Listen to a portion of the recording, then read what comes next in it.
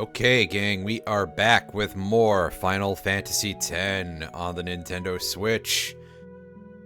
And in between my last couple streams, well, I was quite busy, so I had some stuff going on, but also I did a little bit of side quest work. You can see... Oh, I thought for a second I couldn't hear the sound effect. That was weird. You can see that Auron has a bunch of levels that he hasn't spent, and there's a good reason for that. Because... we can't go this way. I'd have to either spend levels to go backwards, which let's see how far back we can get on 7 levels. I mean, it's a distance, right? But it's not going to really win us much of anything, and... yeah, so we could do that, or we could spend a teleport sphere or a friend sphere to go to a different location. For now, I'm probably just going to let him sit here until things line up in such a way that we'll be able to warp him somewhere to get some more strength and speed and shit and all that. But for now, we're just going to leave that. However, everybody else, you can see, we spent their levels. Let's take a look at where Kimahri is sitting. We keep following along this path. We're like right at the end of Riku's grid, by the way. So level 2 lock here. And oh, look at this. Flare is all the way over here instead of... I think it was at like the bottom of the grid last game, somewhere around Lulu's area, which makes a little more sense. And there's a reason we want to go over here and get this. It's that way we can give it to Lulu and Yuna for free, because Lulu, of course, has double cast once I get over there. Yeah. And she's based... yeah, she's at the end of her area. She could go over here and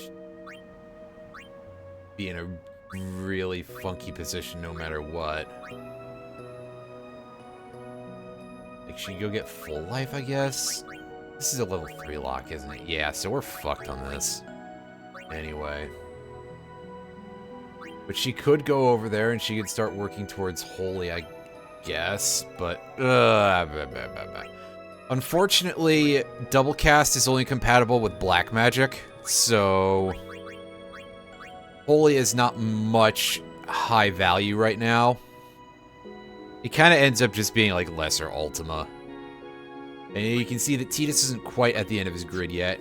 Wakka is a little closer to the end of his grid, but he had a head start, and also I ended up using him quite a bit for his accuracy. I told you, I don't like that I find him usable, and yet here we are. Meanwhile, Riku is going to go this way, and she's going to go towards Bribe instead of Flare. Because Bribe is going to end up being a very handy thing. Not right this minute, because we don't have that kind of cash, and we still have to hire Yojimbo, which is not a cheap endeavor.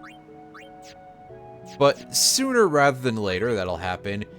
Yuna, of course, is not, like, caught up yet. Not enough, anyway. But she's going to be kind of a recurring fixture sooner rather than later, I believe. Which should get her back into place to go pick up full life. And, you know, honestly, just have most of her good skills already, because this game's regen is irritating when an enemy uses it, particularly specific enemies. But when you use it, it tends to be a little bit weak. Oh, also, I could teach my Aeon some new abilities here. Do I have enough for... okay, well, I don't have enough for that. Yeah, that requires multiple skill spheres. Ouch. But that's good use for them when you don't have anything else to do with them, I guess.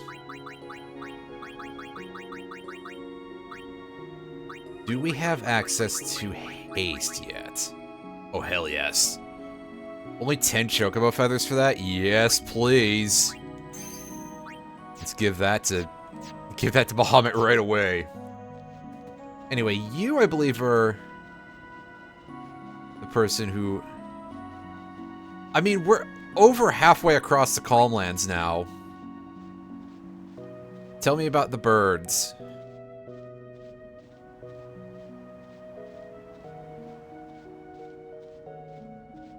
And let me train one. Unfortunately, I don't like this, but, All right, let's see some frustration here.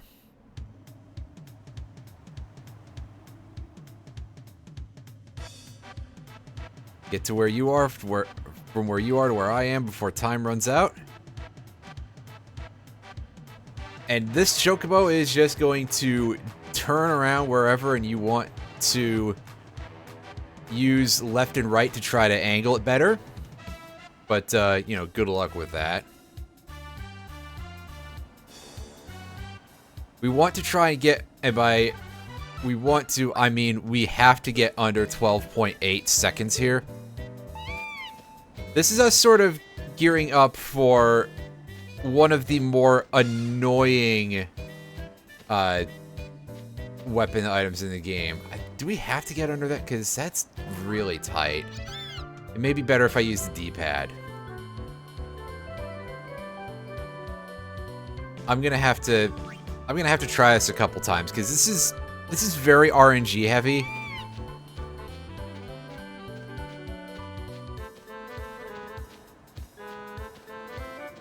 And like once you start hitting a certain point, the bird turns way too massively of a, like, you can tell, right, that we're doing almost 180 degree-ish turns basically sometimes to get a, because it won't line up properly as easily.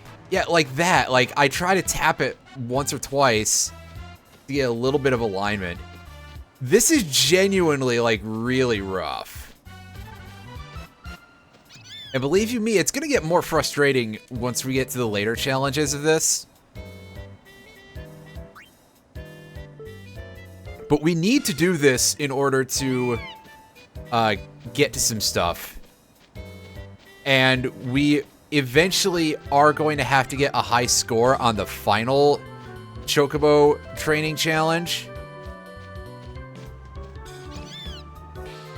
God, that glass gap is so big. It's really deceptive. It's like, oh yeah, and then of course when the Chocobo is turning like that, it's, what do you expect, right?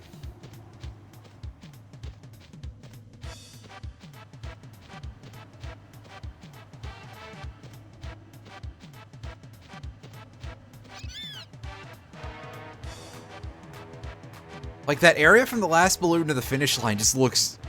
It just is far bigger than it looks, that's all. It's kind of bizarre.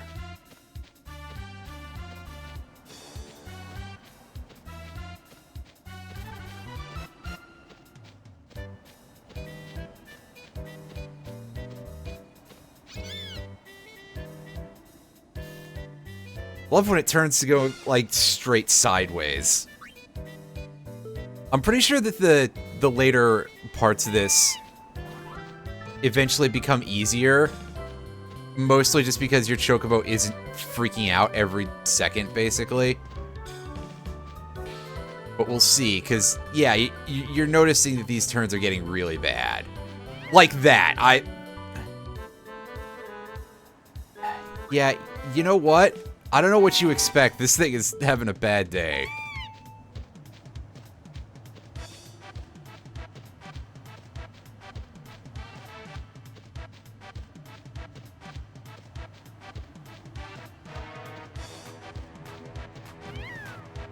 Oh, fuck off. I decided to stop doing inputs until the very end there. We're gonna try doing no inputs again and see if that helps us any.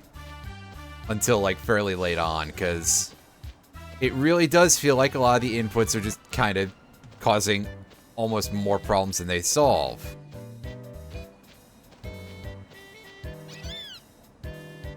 Except that's clearly not the case, because we ended up, that's our longest time yet. At the very least, this is short, but, like, wow, this is...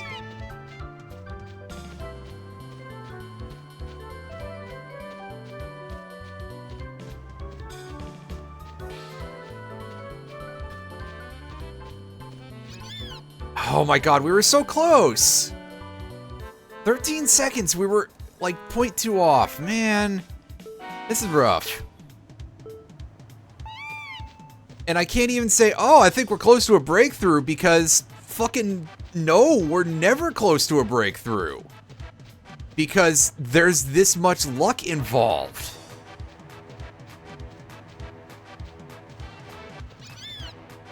Like that. Again, we go from our best time to our worst. It's not good.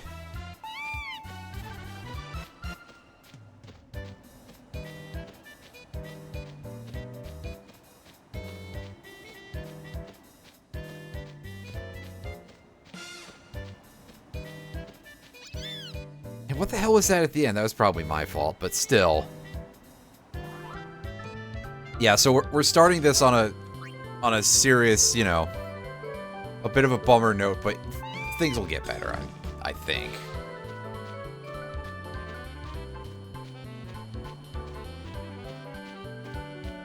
Stay central-ish, you. God. I at least want to not be worried about the fact that I'm going to fail just by virtue of not getting in the right, you know. Just by hitting one of the pool pockets or something.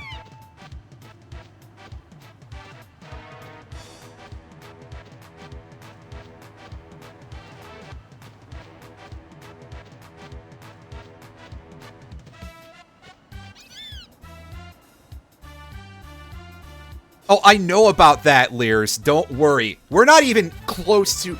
We can't do that yet. Don't even think about that for the time being, because, yeah. We have to get through the rest of the parts of the Chocobo training first. God, that thing... That shit pisses me off a lot, because... In addition to the fact that it's pure RNG when we get to that, to make things worse... Back in the original era, before the International Edition, you had to beat 000. If you ended up on just getting the perfect score, you would not receive the prize. You had to absolutely, definitively go under. Otherwise... Yeah, see, like that. Again, the controls on this are just absolutely fucked. It's horrible.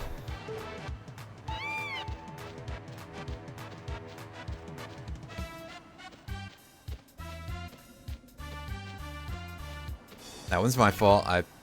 I was expecting a turn and corrected early. Get! But yeah, this is one of the absolute worst mini games in the entire thing. Not that I know of. Like, if there's some sort of strategy to ease this, I don't know anything about that, because I just literally never found that at the time, and hit a certain point of like, okay, this is embedded in my brain so badly. Because this is trash.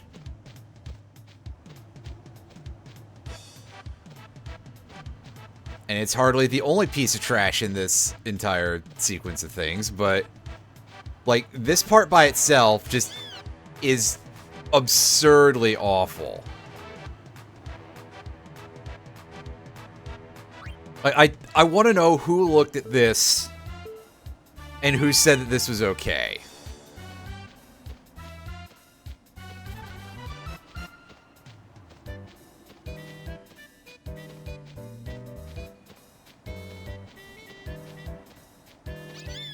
Like, is this the demon shit that we blame Katase for? Because we already kind of know that, you know, the things that we blame Nomura for on here. And Nojima, who was one of the other writers on here, Kazushige Nojima. He was the guy who was so proud of himself for killing Aerith as, like, a bit of drama. Oops, spoilers for Final Fantasy VII.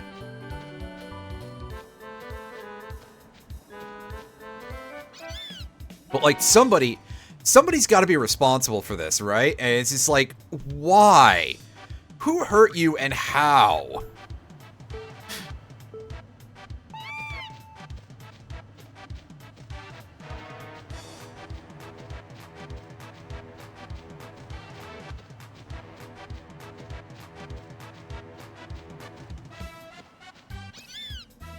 Like that. I was real close there. I could possibly have gotten that if the Chocobo didn't immediately turn to run into the wall.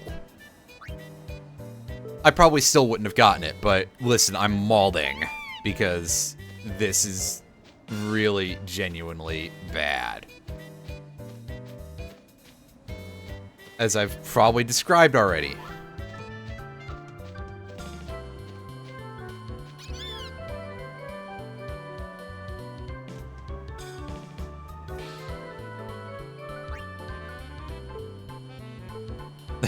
Yeah, exactly.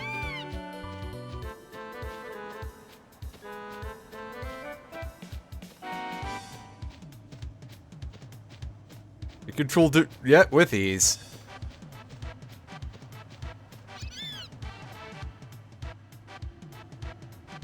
I'm gonna try doing another run of no inputs until the very end.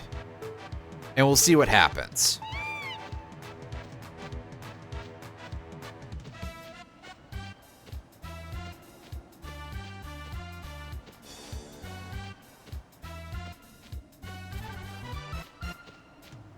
But what happens is we get a really bad time, but I figured as much. I just, again, I don't know what what kind of trick there is to this, because there doesn't really seem to be much of one.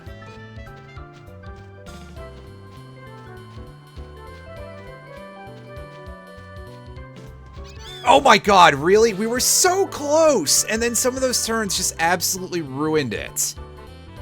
At the very end, we were almost there. That's our second best time on this so far.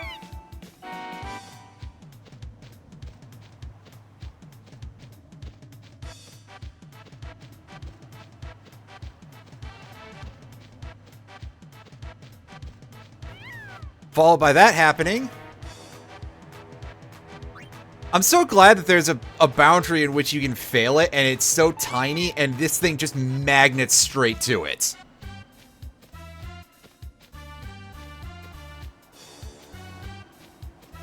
If you want my opinion, this Chocobo is plenty trained, it's just specifically trained to be an asshole. It knows what it's doing. Come on.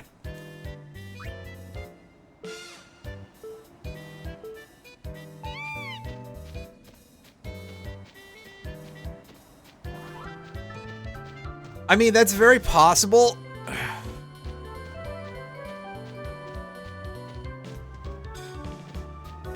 But I don't think that like any of that is killing this, because seriously, at least this part is like performing, I guess. One of the few things that in this version of the game that seems to, but you know. Holy fuck, we finally did it. 12.7. We're never doing better than that.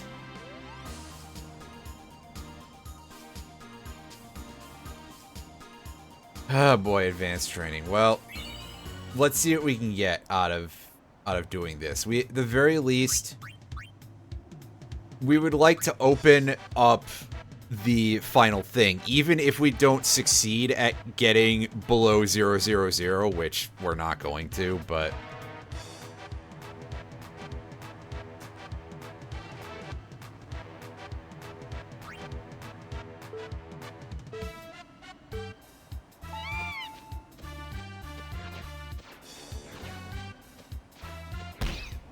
those are some fast-moving balls. And they're coming in salvos of 3. Or at least I... Ah, crud. Right at the end, too. Ah.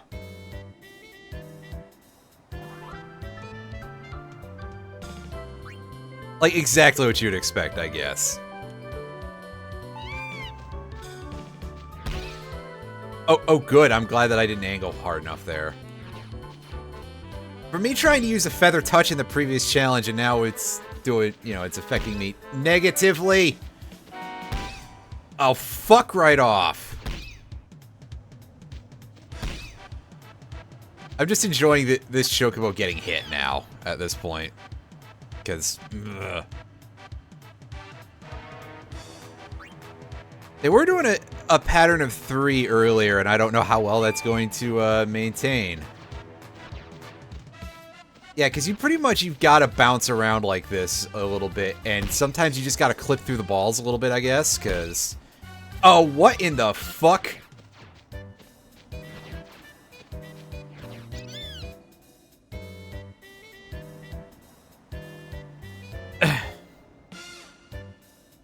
I like how that one hit us because we didn't bank hard enough, even though we totally did. Like, right after we clicked through a ball, because that actually is kind of the perfect time for it.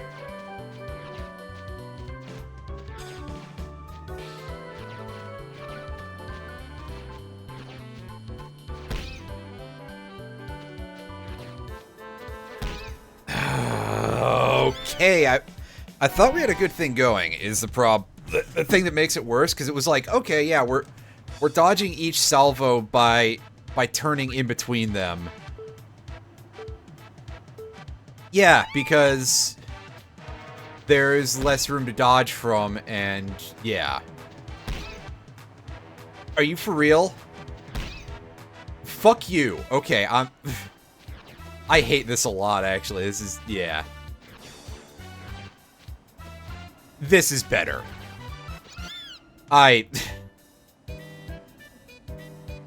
Yeah, I'll do this. Thanks. Maybe you can get a group of people for Greg Tech who won't fucking abandon us, you know?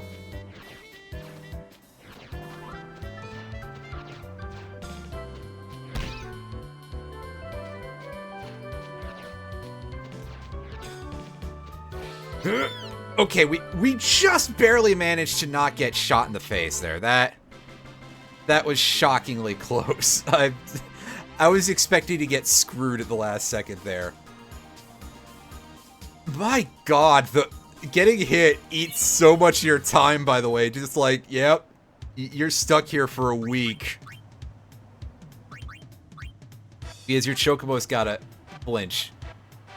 Balls and things come flying. Alright, that's a description. I think it said 18... Yeah, 18.5 is what we gotta break. In this one... Oh, good. We got the Satan birds here.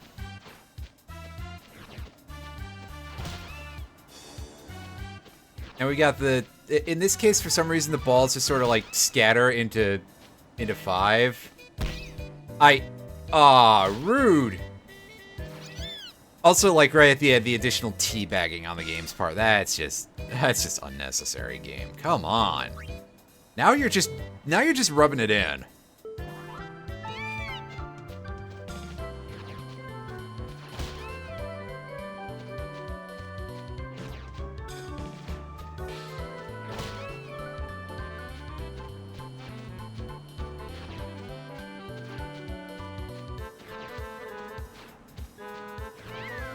And we screwed up.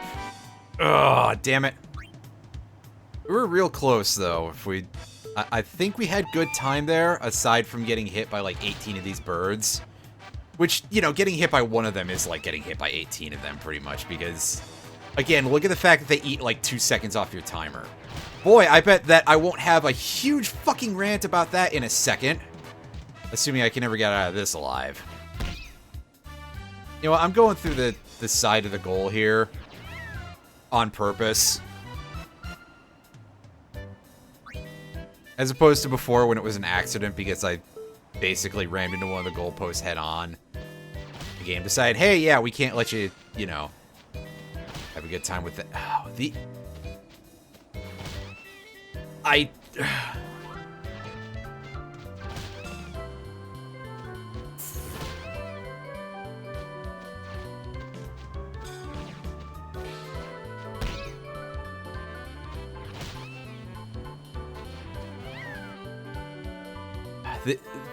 I don't know what the angle is that I have to deal with these dodges because it's...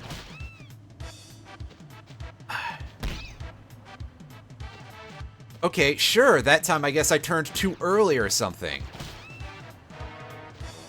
I'm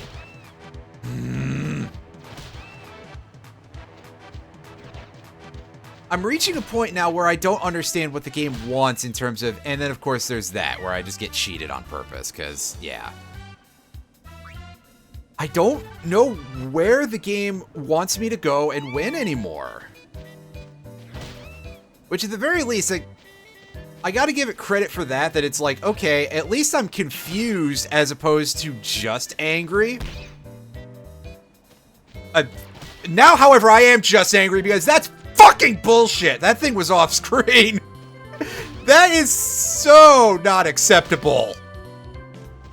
That's just, no. No, no, no, no. We're not doing that, game. That's... Yeah, you gotta actually just let it play itself out, because, yeah. That, however, like, again, there are points when I know that I should just be like, okay, yeah, I screwed up. It's not all the game's fault. That is actively just the game's fault. Because that thing had undrawn. It did not exist anymore as far as my eyes were concerned. So the fact that it continued to have a hitbox afterwards...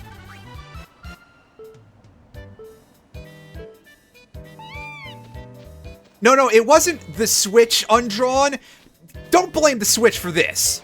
Because there are a lot of things you can blame the Switch for. Let's at least be fair about it, dude. That was... It went into the ground. It was doing what it was supposed to do, except for the hit detection. If we sit here blaming the hardware all the time, you know, what kind of fucking scrubs do we think we are?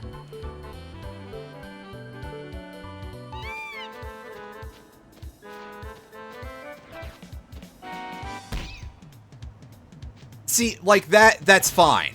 It sucks, but it's fine. It's like, okay, yeah, that's a stupid motion for me to get screwed on, but also, like, okay, did I get hit at the very end and it didn't count? Oh, way to go, game. That was funny as hell. That was actually kind of good. Because, like, I saw the little bit of the screen shake. Or heard the impact or something. Listen, I confuse how my senses work sometimes.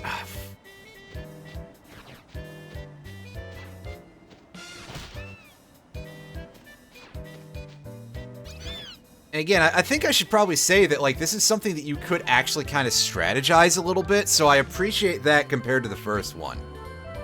If we want to talk about the RNG, we gotta wait a minute, because, I mean, yes, there is a little bit here, and that, I probably deserve that because I made a weird move of, like, turn in and try to turn out after I was like, oh yeah, don't change your mind during your movements, it's not smart. I probably don't need to be banking this hard either, especially not when things like that happen, because, again, some of these are just really hard to dodge at certain positions. Or something, you know, just... Don't rethink your strategy because you don't have time for that.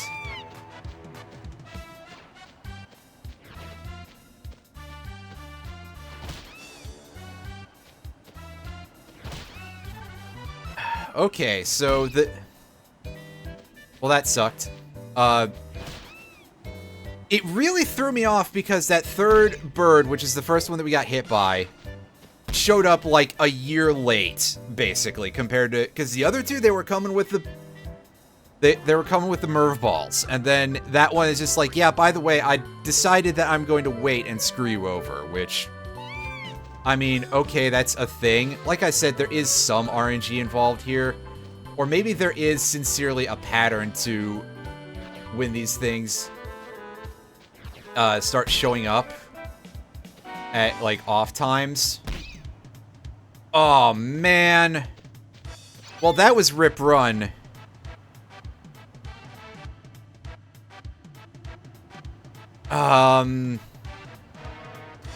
I would say that absolutely BN1 without the most broken stuff, because I could probably still figure something out for a lot of that.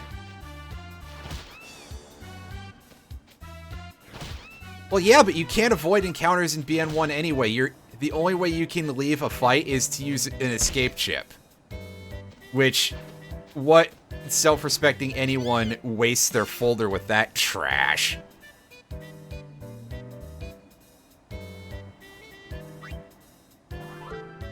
You know, why do you want that when you can have things that actually deal damage and win you encounters, right? No! Especially because you can only get 5 in the game outside of chip traders. And even then, chip trader luck is... Ah, yes, we're right in front of the barrel of the... And one last one for the road, right? That just absolutely ruined it. I don't know how to tell you this, Lears, but yes! Yes, you are! Also, imagine cheating for escapes.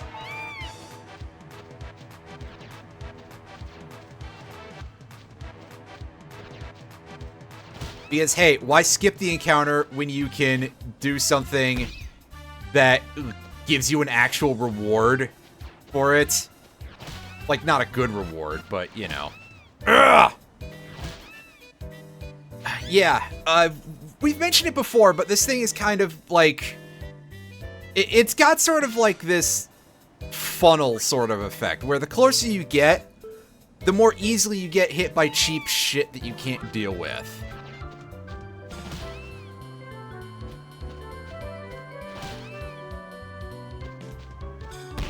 And then sometimes you're just making such terrible movements, and these things home in on you so tight that none of that matters.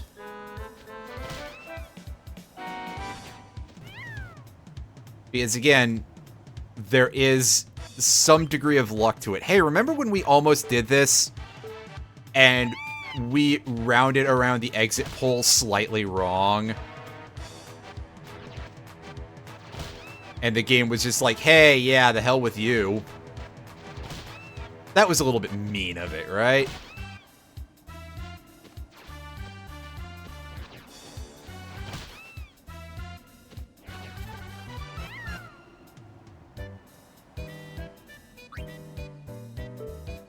Like, I don't know, I dislike the fact that it's that many hits that easily at the very end. Ah.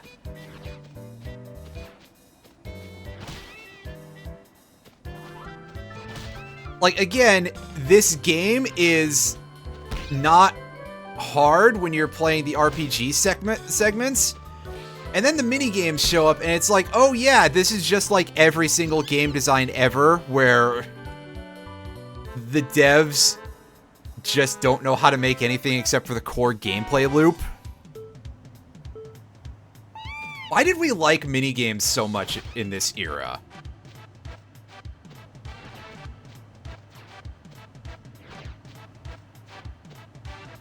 Like, I will gladly take any game that does only one thing over a game that doesn't. Because more often than not, it's doing that one thing very well.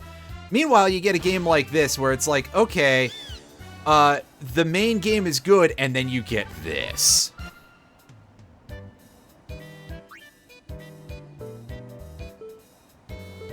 Like, hey, yeah, those Sonic levels in Sonic Adventure 2 are real good, right? Hope you like climbing around looking for a bunch of fucking rocks. Ooh, I turned way... I'm getting hit by, like, all of the scatter balls here, and that's upsetting me, because those are the easier part of this to negotiate with.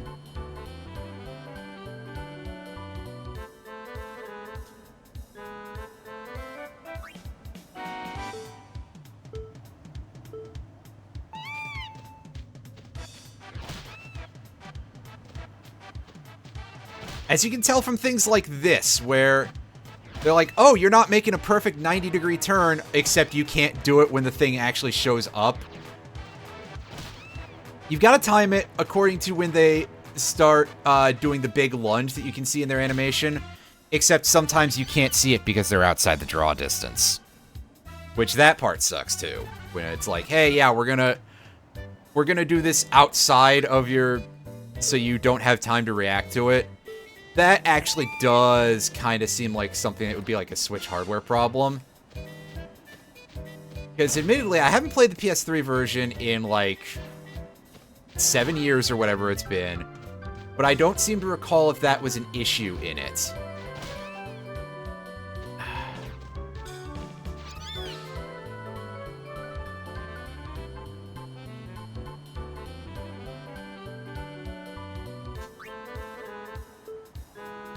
Well then, boy, maybe I should stream for you, you know, maybe I should stream the newest Pokemon game for you, and then you basically come until you die. That was a little mean.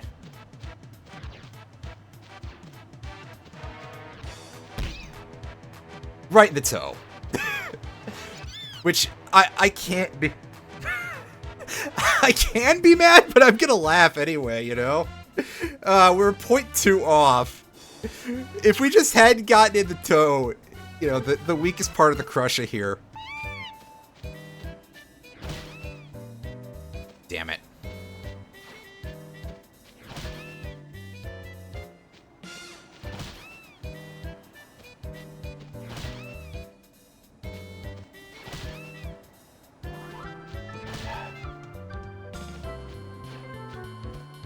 Yeah, no, we're not actually streaming.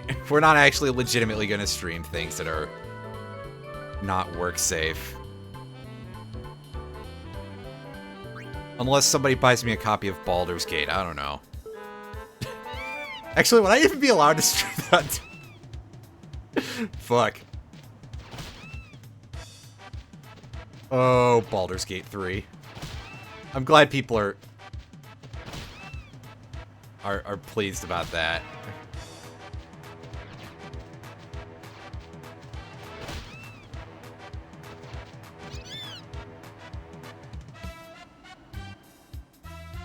Oh no, that just sounds like a problem.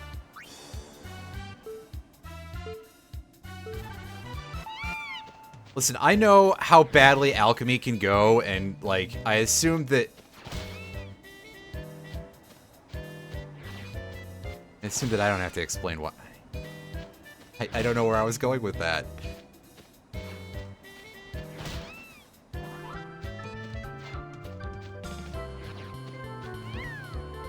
I screwed that up, but I did real badly on the dodges or anything.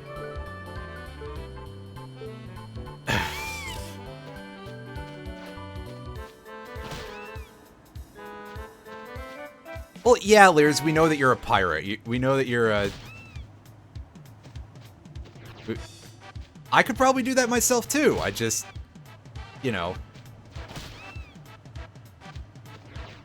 I'd say, where's the fun? But it's capitalism. There's no such thing as fun in capitalism. Also, I assume that the people who made it don't completely suck. I mean, okay, if it's on... Valve, if it's on Valve, pardon me, if it's on Steam, that means that Valve gets a cut, and, you know, I'm not necessarily so pro that, because look at how they've handled the Steam platform, and look at what a bunch of greedy assholes they turned out to be once they invented digital hats. You know, what? Once Valve invented the modern microtransaction, and no, I will not be taking questions about that.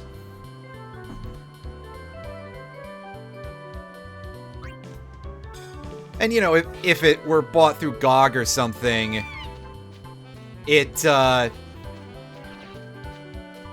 it were bought through GOG or something, it would be going to CD Projekt Red, which they suck too, actually. And it has nothing to do specifically with, any of the treatment of how people were being, were making Cyberpunk 2077, which, to be fair, yeah, they do kind of suck for that, but there's other problems with CDPR, in my opinion. So, I mean, yeah, I guess.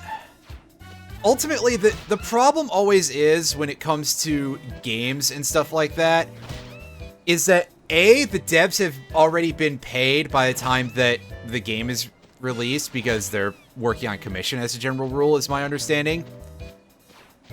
Again, we need some air quotes there about being paid, I feel, because I'm definitely not expecting that wages in the game industry are what they should be. But setting that aside, part 2, if people want to be like, oh, I want to encourage them to make more games, Metroid Dread happened, and Metroid has traditionally been, you know, the fact that people have to keep doing the big push for, hey, make sure you buy this game because we want Nintendo to make more of them, and they consistently sell less than 1 million copies outside of, like, Dread and Prime. I don't think that sales actually have that much to do with it. It's just sort of, you know, it's RNG. It's down to the whims of the parent company whether or not they want another one of these. I mean, yeah, okay, sure, a series like this did, well... Okay, so I gotta remember that the word I just almost said there was did. Gotta remember it ain't the 80s anymore.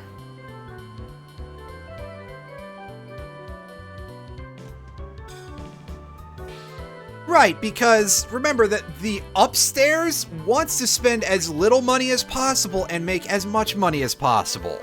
That's just how capitalism works. Which means that I'm surprised that we didn't get more instances of things like OOT Master Quest and Lost Levels and that. Excuse me, not to imply that OOT Master Quest or SMB Lost Levels or anything of that nature are inherently bad, because they're not.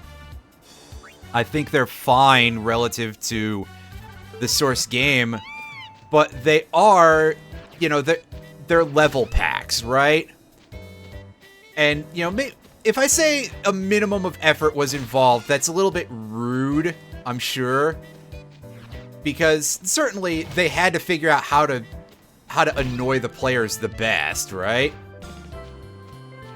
And something like Oh No More Lemmings, they had to do entire new graphical sets.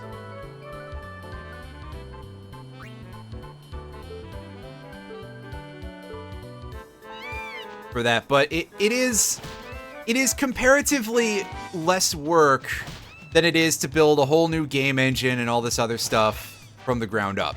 And yeah, there is that. You can just, if you want, you can just do that.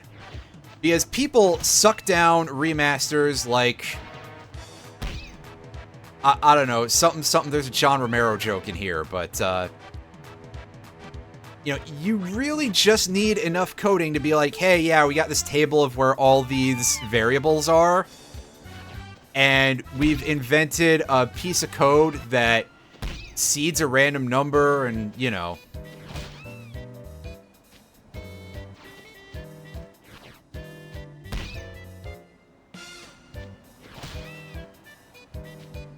Also, I completely lost it at some point in here. I just, yeah.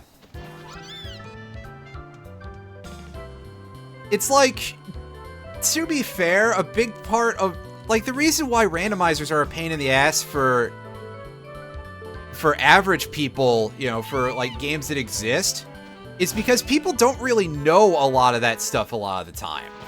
Like, the reason why there's easy, you know, why Pokemon randomizers are easily is because they use a fairly common sense data structure insofar as, you know, Pokemon games are concerned, where, like, all that stuff is easily found. And they've also been deconstructed to hell and back. There's decomposition sets for the Pokemon games now, where you can basically get these things in a whole other, basically, a language that lets you read the ASM a little better, we'll put it that way. And you can just edit those as a set of text files, rebuild them into the same game or something different, for that matter. So a lot of that stuff, you know, that's why those tend to crop up so easily. Meanwhile, something else, you know, it takes forever and a day to get that information, and if you're gonna... oh, good lord. If you're gonna actually, like, make one of those, you gotta be looking at something that has a big enough fan base to have that sort of attention. Like, that's why... well, we didn't win that one anyway. We were a little off, because... yeah, we took one too many hits to the head, just like your average NFL player. So, like, you look at some of these, and you're like, wow, I'm surprised that certain, you know, game XYZ doesn't have a randomizer. And you gotta think that it's actually because, surprisingly, not as many... right in the... ugh.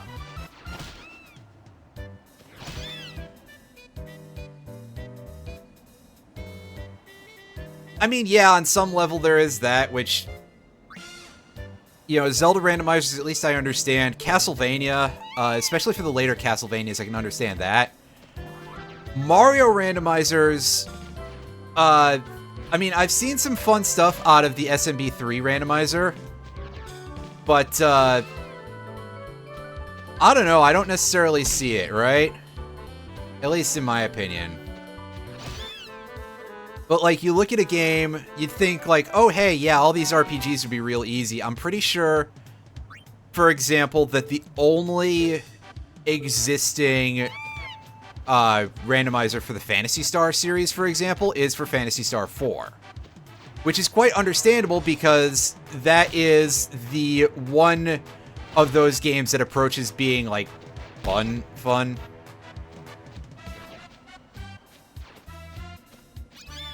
Aw, damn it. Did we lose because we got stuck on the Chocobo? That would be real sad.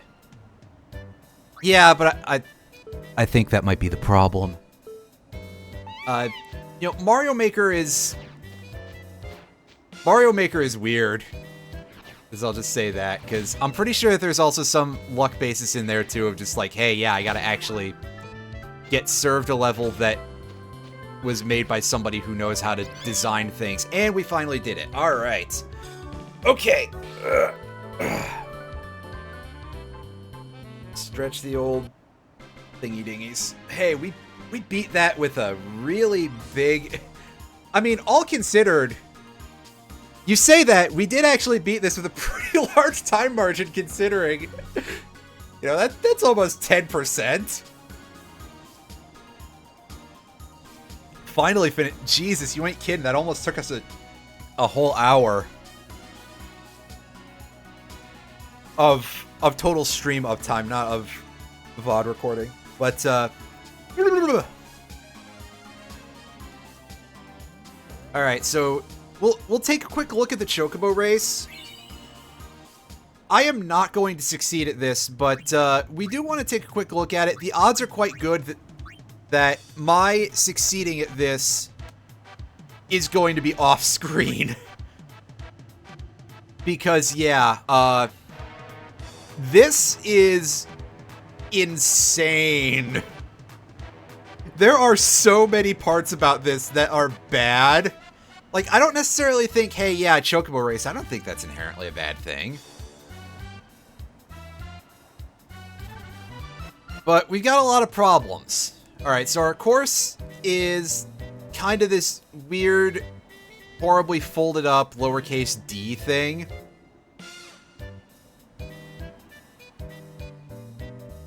Oh no, we're just doing one run of this to get, like, whatever base prize we get or anything. But, yeah, so also I can explain the gimmick as we go. So we actually have to beat the timer more than we have to beat the Chocobo Trainer. And to do that, we collect balloons. Each balloon reduces our timer by 3 seconds. Each bird that hits us adds 3 seconds to our timer. Is a big fat lie. I'm gonna be honest with you. I would outright consider this to be the game lying to you. Because yes, it does add 3 seconds to your timer. What this isn't accounting for is the fact that they continue to stun you the way that any other object that hits you in the previous courses does. So they add more like 5, 6 seconds each. And yeah, that's not really, I think that's kind of uncool.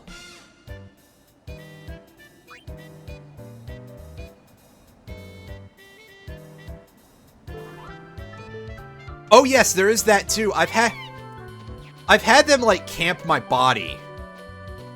That's always really funny. Also, yeah, remember that she sucks up the balloons too, so... In addition to the slightly jank controls, because remember, we're turning as opposed to, like, operating a Chocobo regularly.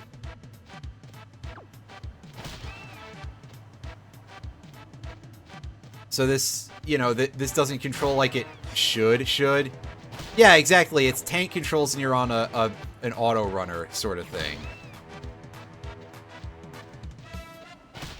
Personally, I wish that it showed you your whole, like, complement of where your current time was, but, you know, calculating that on the fly might be a pain in the butts. Yeah, so we just barely won, and again, sheer dumb luck, because as we saw, she sucks up those balloons like a professional vacuum cleaner.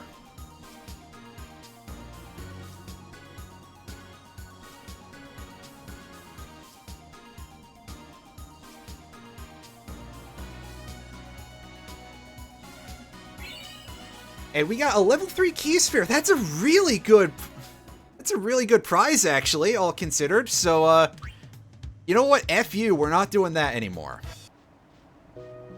But I do want to get on the back of the bird. Let me ride a bird.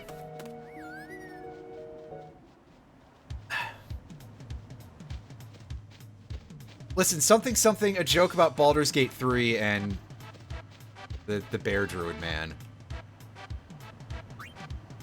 I'm going in here, I'm gonna resort my inventory real quick, just because my brain is kinda, you know, deionizing a little bit or something, I don't know.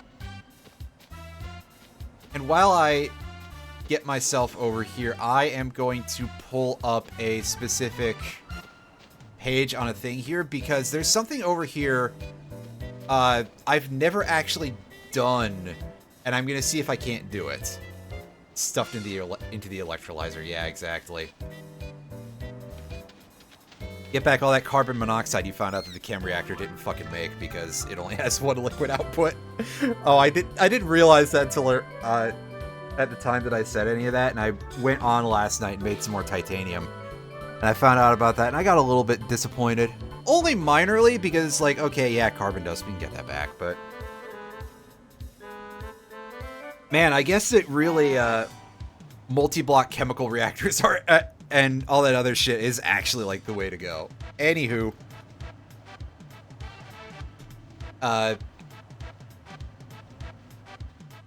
We need it to complete everything here, but that's not all of what we're doing here just yet. The first thing I want to try to do is I want to see if I can beat,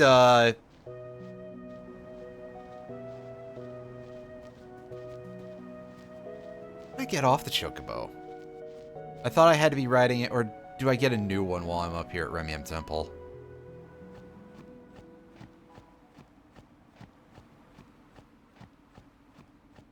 So... Words, please. Figure out what I'm trying to say. There's another Chocobo race of a sort here that we need to do in order to get hold of a very, very important item. However, there's also a challenge associated with this where you can get some other stuff, and I'm pretty sure that some of it's actually quite good. I just would have to, like, actually succeed at it. Yeah, so one of the things you can win if you open all 5 chests in the Chocobo race is 63 stars. And 3 stars is a pretty good item that makes your entire team's mana cost 0, I think, for the rest of the battle.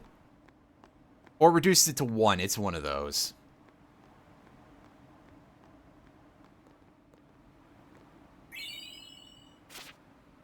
Oh, hey, a book that teaches us how to say the letter X.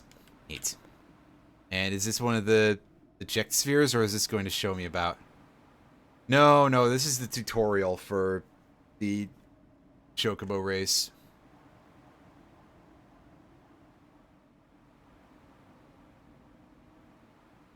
Roger and Ebert. Oh, that's dumb. Lears, please.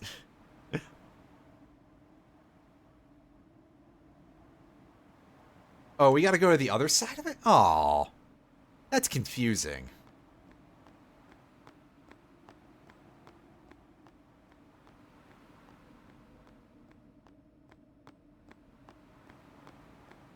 Anyway, I've got a map of this set up over on the other window, and let's see if we can get anywhere near not fucking this up. Honestly, the best option would probably just to be like beat the race first.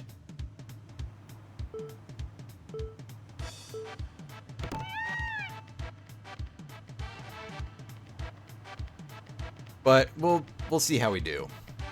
Anyway, don't touch the light pulse because that kills your reward.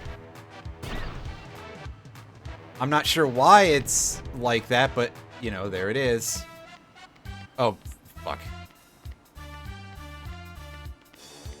I'm sorry, that I was expecting that to take longer for some reason. And also, I didn't hear the drop from the landing. Yeah, we're not going to win this. Can I pause? Yeah, we got thrown off. We're going to try and just win the race first. And maybe we'll see if we can come back to this later. Because come to think of it, I'm like, wait, do we actually win the prize if we... do we actually get the 5 chest prize if we do that first? Because if not, I'm going to feel real stupid.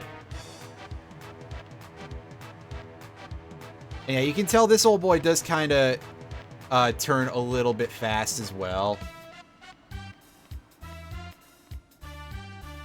Which may present some issues.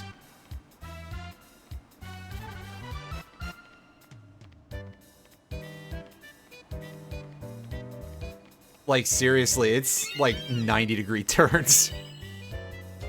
But that's the primary thing that we wanted out of here was the Cloudy Mirror. This is our first step to being able to get any of the ultimate weapons for anybody.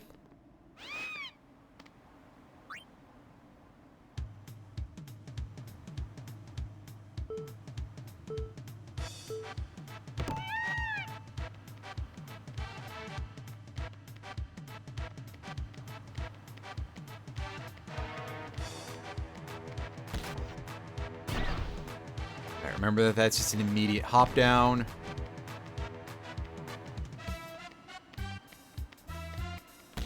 Okay, angle back. Resets us to here. 3.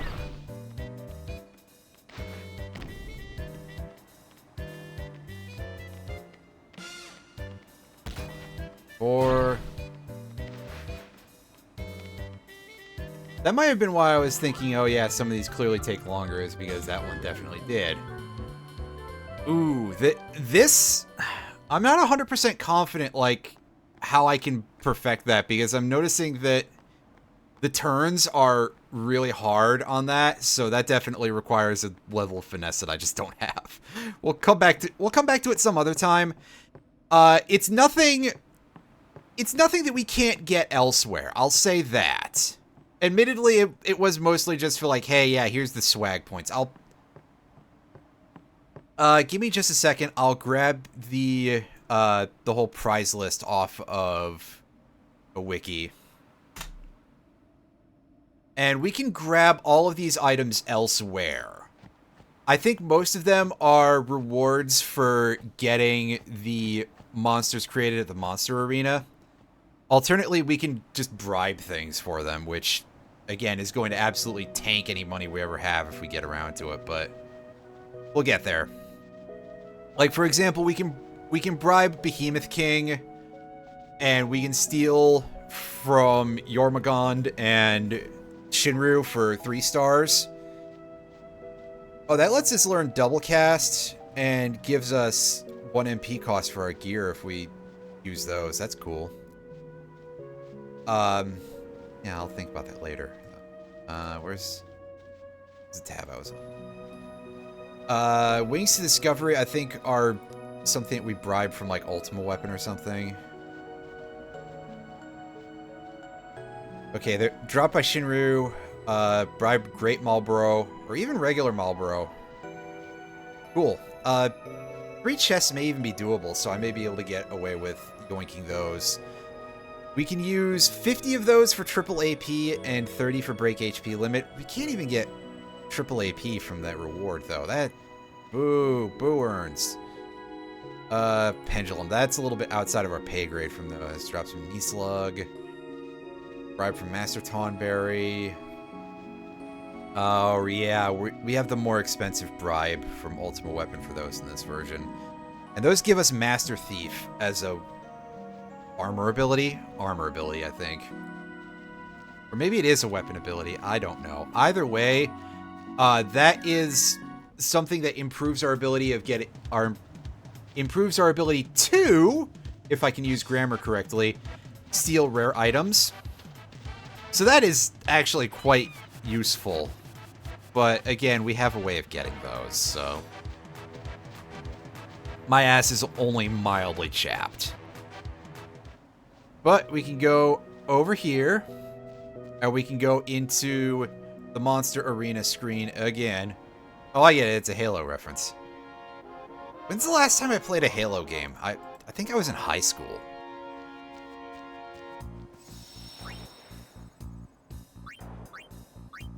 Save that. Alright, let's talk to this dude. We did some capturing off camera. And this dude has enough stuff from the Calm Lands to reopen. Alright, show us anyway, dude. Let's take a look. Alright, we try using the Cloudy Mirror, and you'll see that nothing happens. It's because it's out of batteries. Damn. Well, we'll have to fix that. What do you got, Chief? 60 Farplane Wind. I believe that inflicts doom?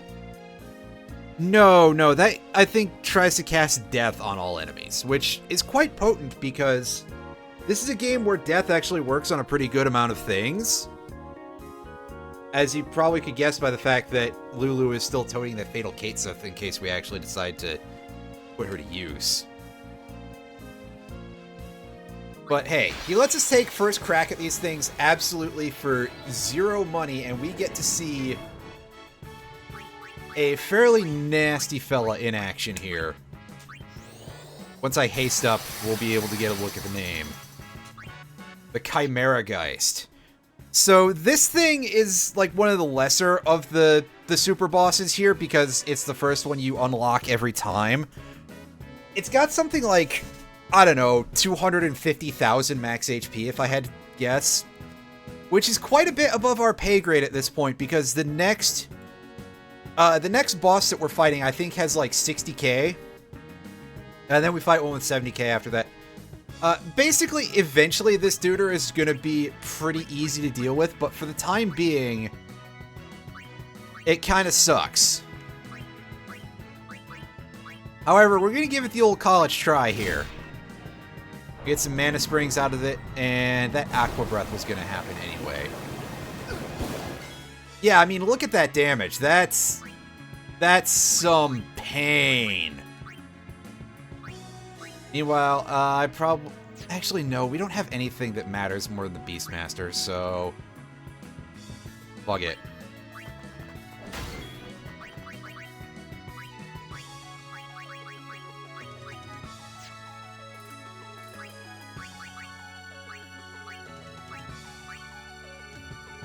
Throw a Phoenix down. Oh, no, that sounds perfectly reasonable in this series. At this point. Honestly, I probably shouldn't use items because our chances against all of these are absolutely, you know, fuck nothing. However, if we can get these, if we can get this fella to just do a more single target attacks, we may actually have a little bit of a real chance. Oh yeah? I forgot about that, actually. I mean, I think I knew that that was a thing. I have no memory whatsoever in general, so...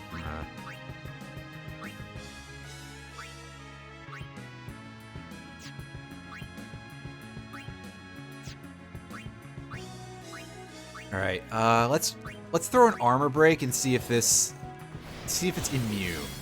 It's not, so that may actually end up helping us out quite a lot in the long run here. Alright. Secura on Auron.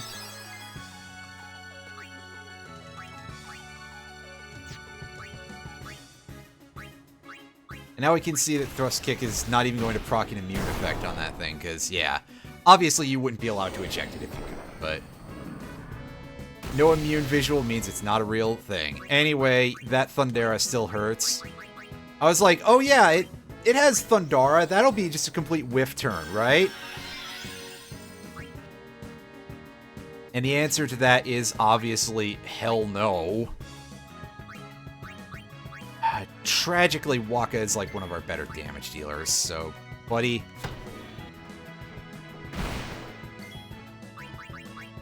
That's what he deserves.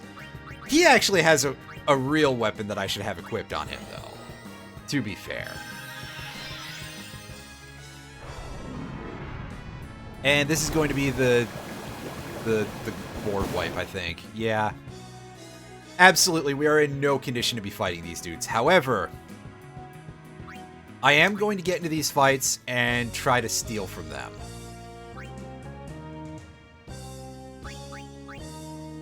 And real quick, we can take a look at what all we have captured yet. Now, obviously, we don't have anything captured from further back than the Thunder Plains. And we can't go to Beaconell yet because we don't have any sort of way of getting across water. But you can see we're missing only a tiny amount from the Thunder Plains. We're missing 4 of the dragon thing, the Kusariku. I did not see those spawn, like, very much at all. And somehow, despite me killing, like, a million of these air rouges, we're still missing 1. That's kind of amazing. Macalania, we have maxed out. Every, captures max at 10, as I hope I made clear. Now, we get to see some more pain here in the Calmlands, because I wasn't one-shotting these things, so it was a little bit slower. I haven't finished with the Wasps yet. Getting close. Still one more Flame Flan, that's a little annoying. Only 2 shreds. The encounter with these seems to be absurdly rare. I don't know what the deal is. 10 Anaconda. It's nice to have those, because that lets us steal Petrify Grenades, and it's a steep cost, but I mean, hey. Those let us basically skip some encounters if we want to, so hey, what's to complain about? 6 Ogres, those guys are pretty rare. 10 Curls. 6 Chimera Brains. These are decently rare enemies, all considered, because they're pretty stout, like 9,800 HP. And 3 Malboros, but we'll have a better chance, better place to get those, pardon me. Sooner rather than later. And also, what's the Sullen Faith Cavern thing? We don't know what that is yet. Oh, oops, spoilers that it's an actual place. So let's go ahead and we're going to equip our, like, proper damage-dealing weapons here. And Tidus.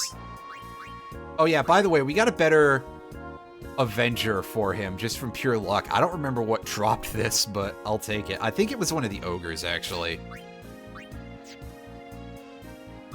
Did we... Yeah, we equipped the rematch for Wakka. Right, for his evade and counter effect, because that should hopefully come in handy. Again, I don't think we have a shot with any of these, but we're gonna take a whack. Alright, what do you got from the Macalania Woods? This is the saber claw thing, right? Yeah. Ooh, he comes out swinging with an instant death attack. Are you kidding me? That's gross. And it inflicts poison if it doesn't kill you. I saw that for like a pixel of a second.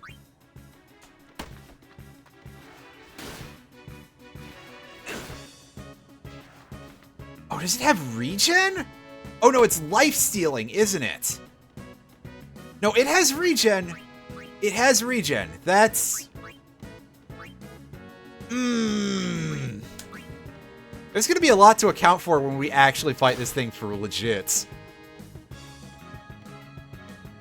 Namely, probably just using an Aeon with the right moves.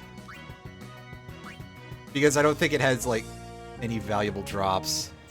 That sucked. I don't like that enemy. Alright, researching fiends he brought from the Thunder Plains. 99 Chocobo Wings. That's what we like to see. Those can be used to teach Haste God to our summons, and to give auto haste to our armors. Unfortunately, I'm pretty sure that auto haste costs like 80 of those. Oh shit. Well, double oh shit for the fact that it went first, and second of all, it's Cactrot. Hooray.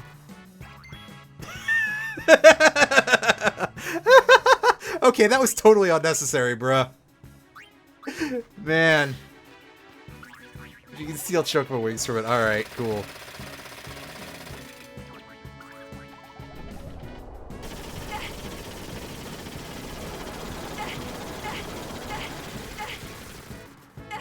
My main memory of this enemy, by the way, is like watching somebody fight it and having Waka get targeted for 99,999 needles and just him constantly going, ow, ow, ow, ow. Greatest thing ever. Alright. So I think that's it. No, we have one more thing that we get from this. Yes. I've done it. I've created a monster. What do you got, buddy? Oh, there we go. I told you we didn't need to do that Chocobo race.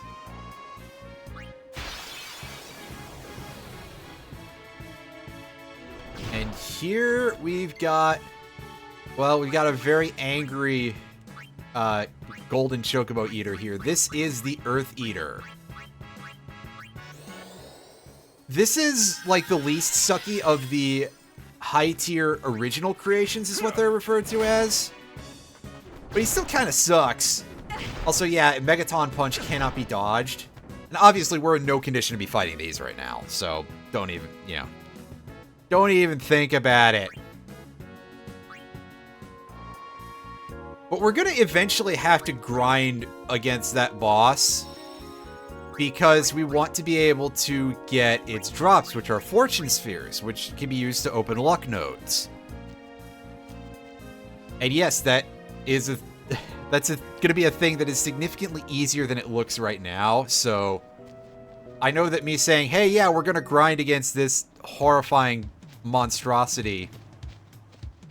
Tragically, no, you can't push it off the cliff because there is no cliff in that battle sequence. However, that would be really funny if you could. Excuse me, I had a bit of a gagging belch there, sorry.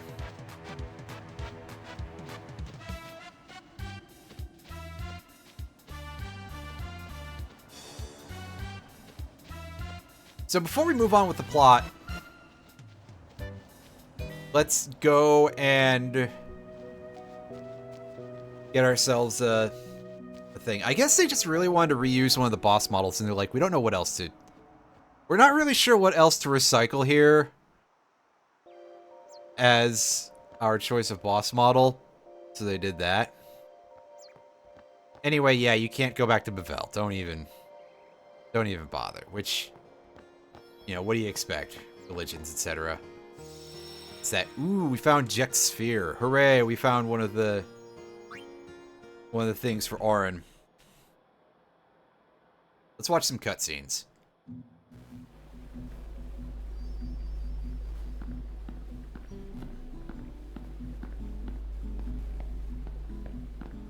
Who are you? You are the one they called Jecht. The man from Zanarkand, are you not? What of it? Watch your tongue, knave.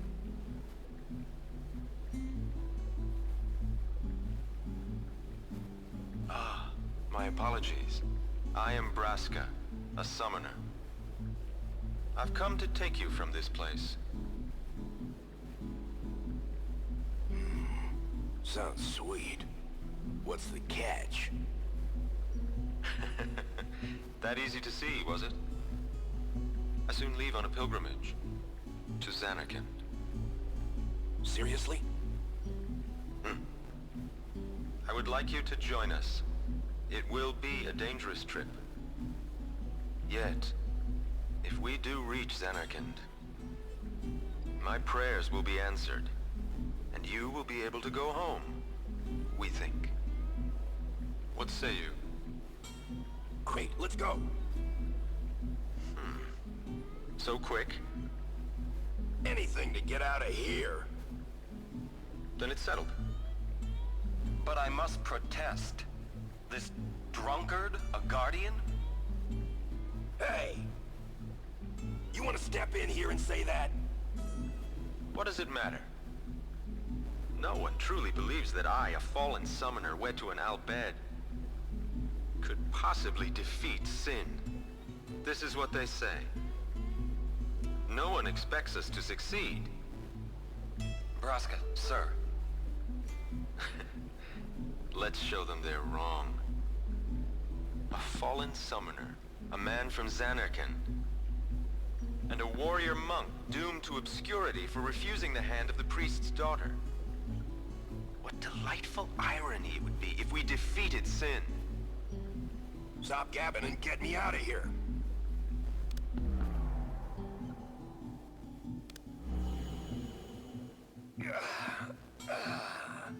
Free at last. Now, Jecht. I am in your hands until we reach Zanarkand. Right. So, what's a summoner anyway?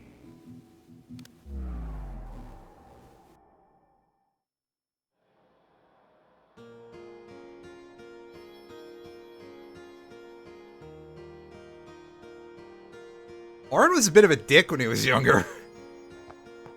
You definitely tell he's really changed.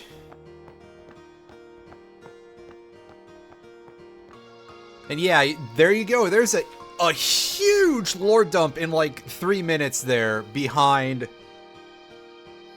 Braska and behind Auron that, like, these guys are all just kind of... They were all kicked out of the church, basically, except for Jecht, obviously, who wasn't in there, but, you know. Does this person not want to move? Am I unable to unlock the mirror until later?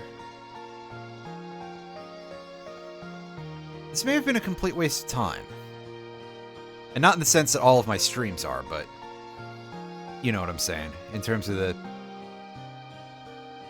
actual game here.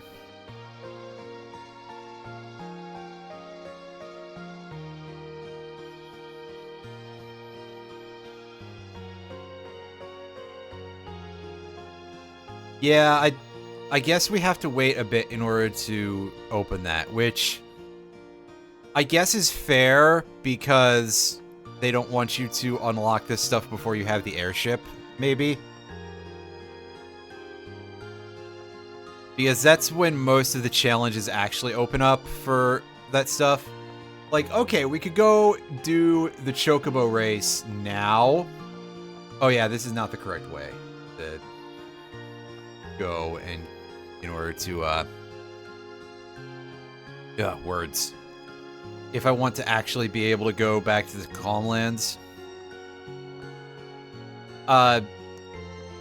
Yeah, there are certain things that you can't do for these until you get the airship. Like, okay, we can do the Tidus Chocobo race thing now, and we can be very upset.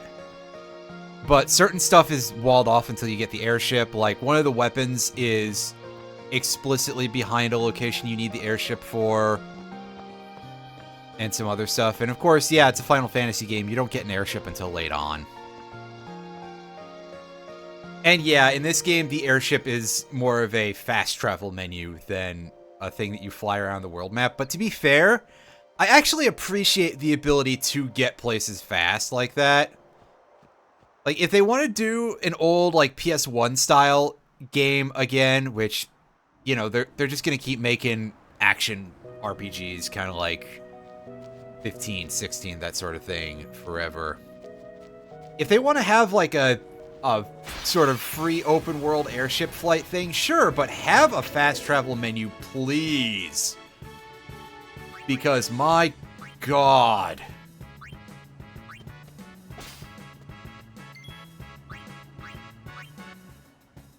Oh, well, that's just cruel of a description. Anywho, we should probably put our capture weapons back on because we're going to need them for a little bit because there's still some things that we can cap in these areas. Meanwhile, we don't need more of the wolves. We have all of those that we can handle.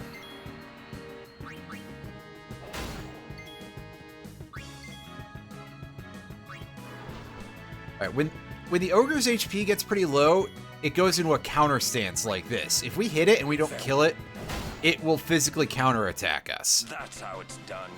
Although, even though on-death triggers don't count when you capture things in this game,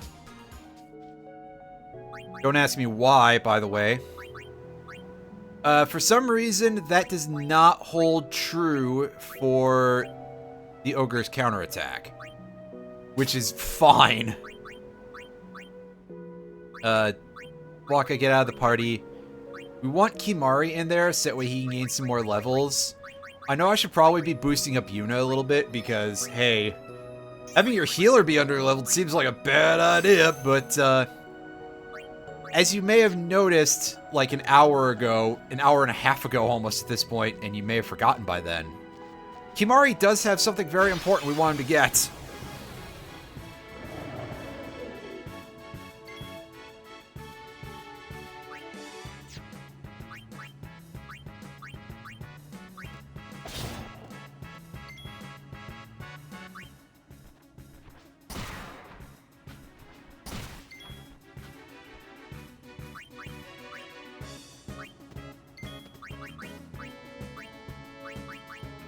And while I'm going to try to, once we get further on, be a little better about grabbing EXP for everybody, here I may slip up a little bit.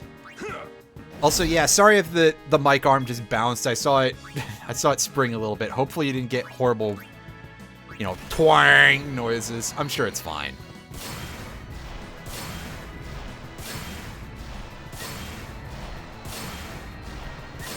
So yeah, we cannot capture things with our slice and dice attacks, but that's fine. We're maxed out on those dudes anyway. Which I'd say, didn't you see that? But you may not have, because I kind of scrolled through those a little quickly. 10 is the limit that we can have on any of those monsters captured. They are not consumed when you fight them, by the way, so it's just there basically for collecting towards certain of the creation bosses. We'll see more about that later on, once we start unlocking more of them.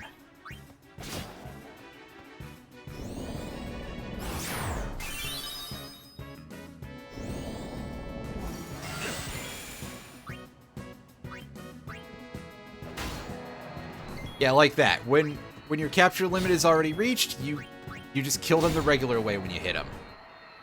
And yeah, Kimahri is not equipped with his capture spear because his physical damage is not impressive, tragically. We'll get there eventually. But first, I got something much better in mind for him. And that 40 MP note is going to help out a lot.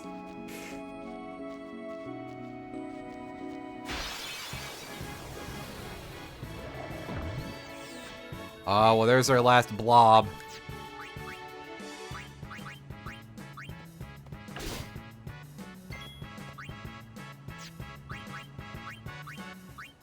Bug this thing. That's right, give me that dream powder. You one-shot that? No. Although, let me tell you, it's going to help out a lot once I get someone into a position where I can use a friend sphere on Auron to let him actually go somewhere useful.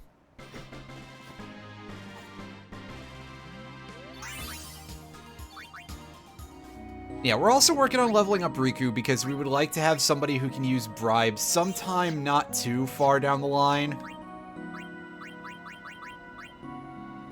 I mean, obviously we're not doing it right off the hop because, hey, we need that money because of Yojimbo, who is going to be quite expensive. I forget how much we need to be able to get the best deal out of him. And by best deal, I mean the one that includes the teleport spheres.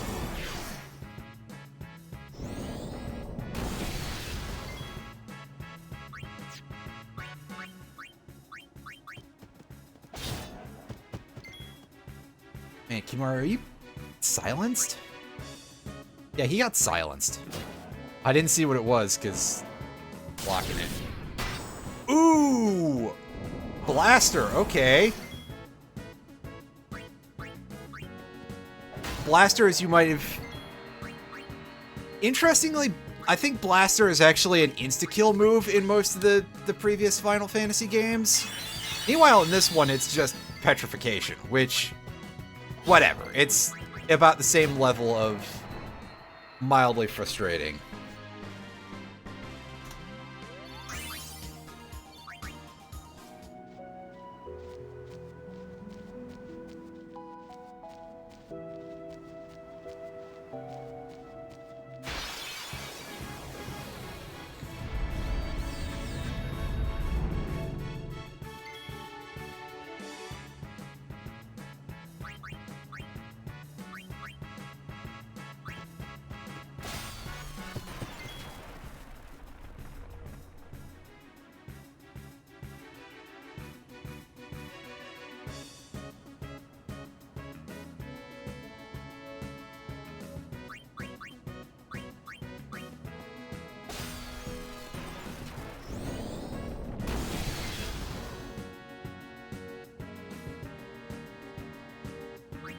Enough.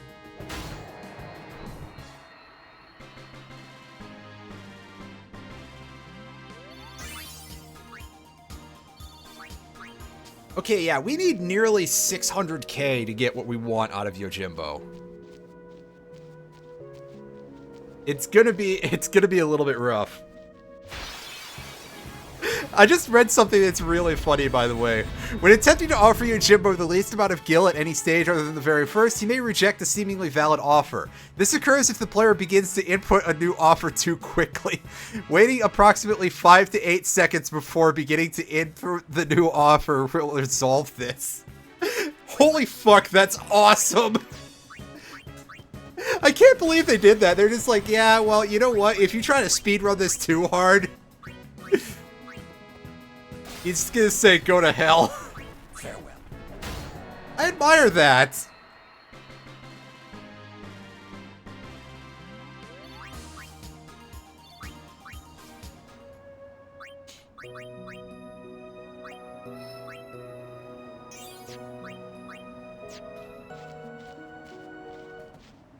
Like, that is some good design in terms of like, hey, yeah, we're giving him more personality and stuff. This shop doesn't have gear of any real value, right? Yeah, this is all crap. Stop being good. Yeah, exactly. Well, it's also like, I guess they want you to mentally simulate the concept of like, you know, considering it. And not just like, oh yeah, well, you know exactly what you're, you know. That can go. That can go. That can go.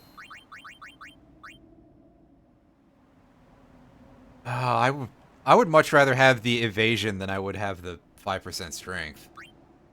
So screw that. Matador Spear, what's that? Ooh, it's got Death Touch. That's actually just a nice chunk of cash you get out of it. I appreciate that. What was our other Death Ward gear? Oh yeah, that had no other ability. That's a wrong character, right? Soul Arm Guard. That has defense plus 10. It's, I'm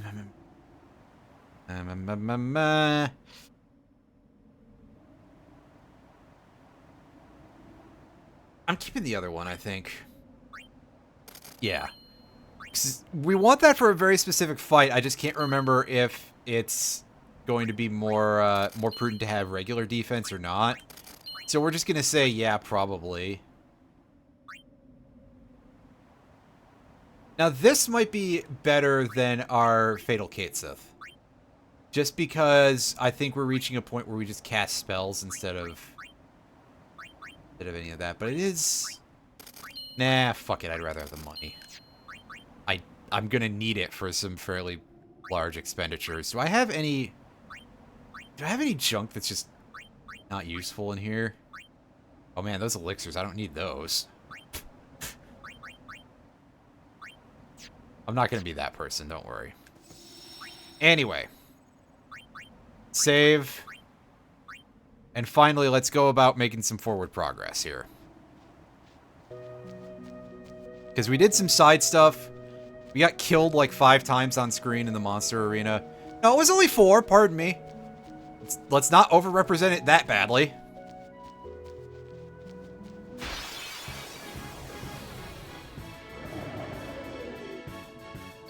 But I digest. Let's deal with these dudes. Yoink.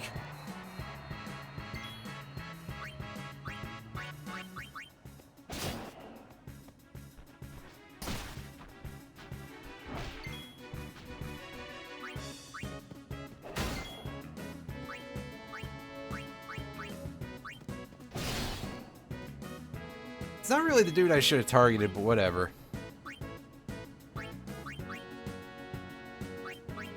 Let's steal from that the regular way. That's fine.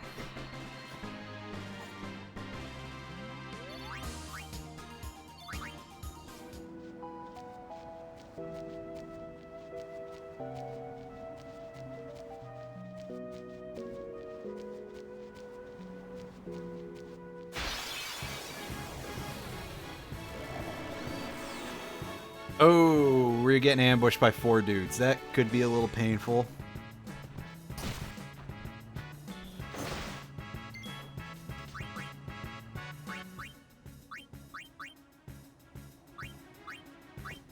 That thing. At the very least, this is the last of the wasps that we need, so hey, points there.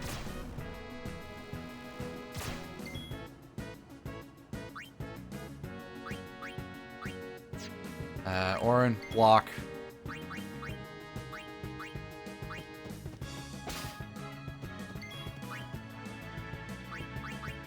Waka.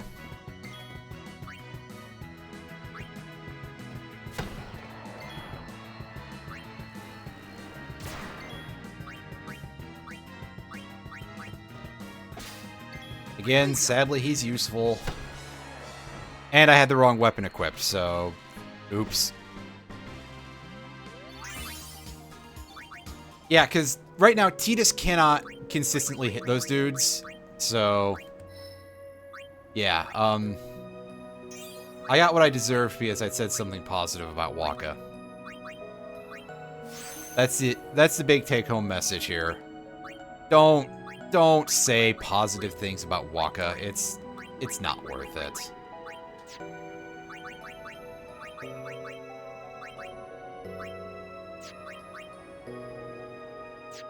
I think Cura will be able to help. Yeah. Least amount of MP spent and all that.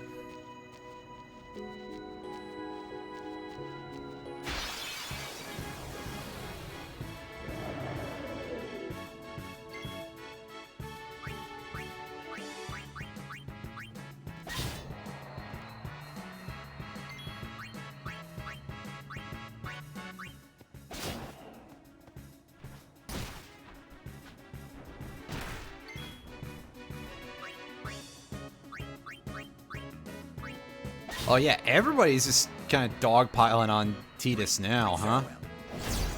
Nice crit.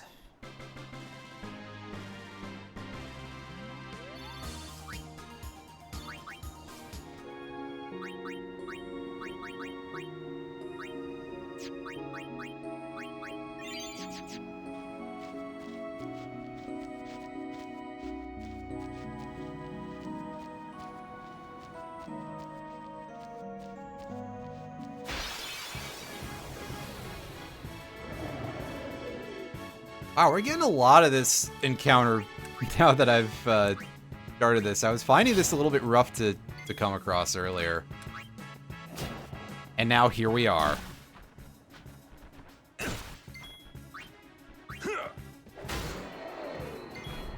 Yep, we've seen it so many times that we've actually managed to capture all of the ogres that are available in the area. Alright, Kimahri, can you hit this dude?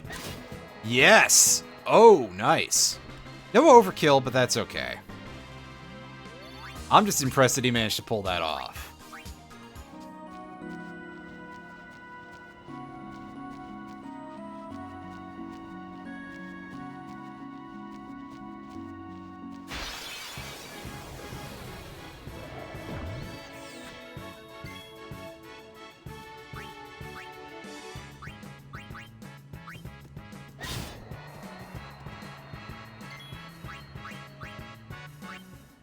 There's nothing in this encounter that we have to get, so...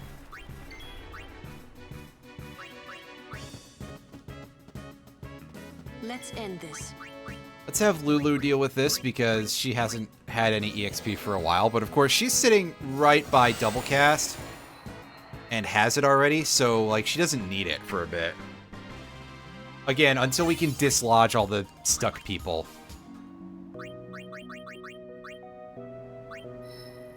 Like, Tidus can still use the EXP, Wakka can still use the EXP. Not that I necessarily want him to, but he can.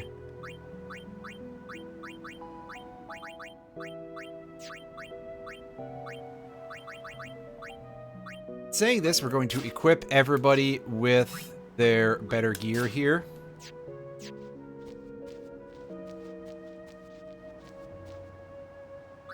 Actually, I think I should equip Auron with that, yeah, this thing. Right. Anybody else have better gear they can use?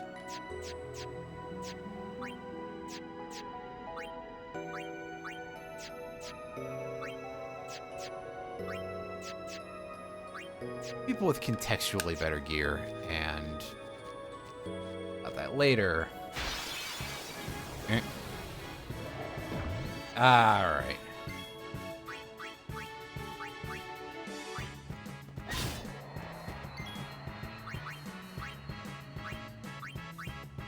Steal. Guard. Steal.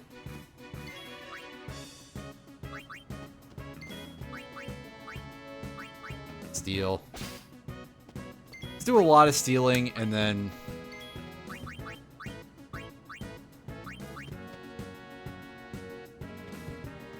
a little bit of failing to steal, and then Lulu cleans up, and we're all happy about this. Something. Can you get the overkill with just regular Blizzard? She should. Her magic damage is high enough. Yeah. It's not as much damage as I thought it would be, but still. That cleaned things up nicely. Give me that big chunk of EXP. Alright. Now, adjust our formation again. Wakka's gonna be our last guy in. Are you equipped with the rematch? Yes. Because I think, tragically, Wakka's gonna end up being, like, usable in this upcoming fight. Because, yeah, there's a boss fight in this area. And, hey, there's a save sphere right in front of it, so... the mildest amount of generosity on the part of this game. Now we have to go... Halt!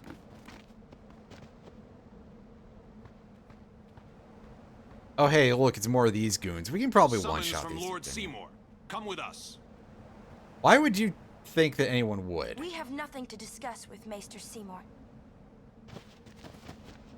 Yeah, so out of our way. Lord Seymour's commands must be obeyed.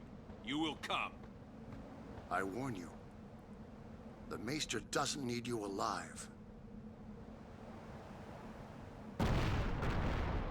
Ah, I see. They brought a big mech with them. Alright. I appreciate just how, like, gangly it is and how it's actually running kind of fast. Alright, everybody. Say hello to the Defender.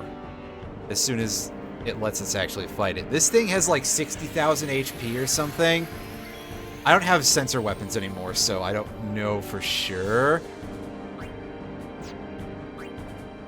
We're gonna start out,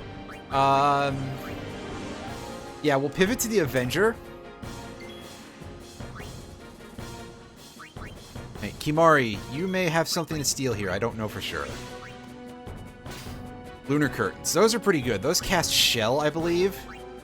So hey, we'll take some of those as freebies. Because that means that more of my summons and stuff can get Shell.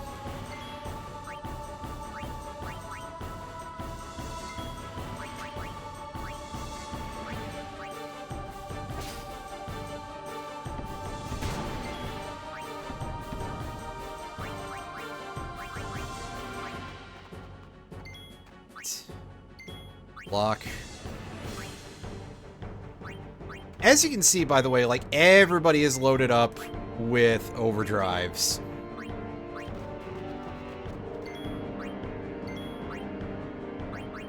Which is kind of humorous in its own way, because, like, hey, well, I mean, I guess we could start burning them on this dude, but we want to save them for something else.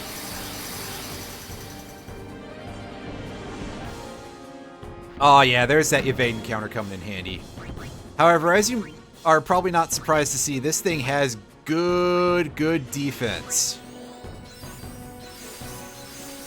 I think Auron is probably our main source of damage, because I'm pretty sure that this thing counts as armored. Could be wrong. Alright, let's see if we can land armor break here. Okay, hopefully that succeeded. Because it certainly was not immune.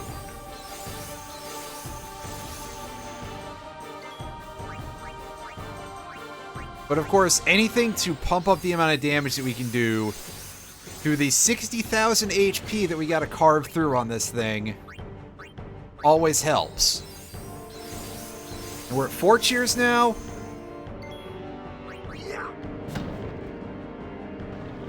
Okay, that looked like it succeeded. Ooh, that is, that just cuts the target's HP in half.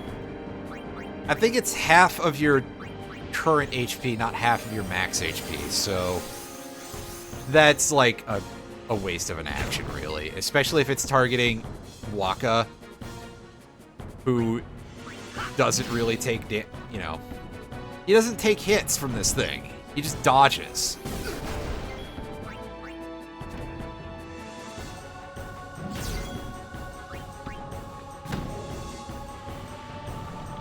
And this should show for sure if it's half of current HP. Yeah. Because he survived that because he took way less damage that time. Ouch! Painful! There it is. Haymaker cannot be dodged, I think, so that's like the only thing that would potentially pose a threat to Wakka. But, like, okay. We're rolling the dice on whether or not he'd actually do it. And whether or not it would actually target Wakka.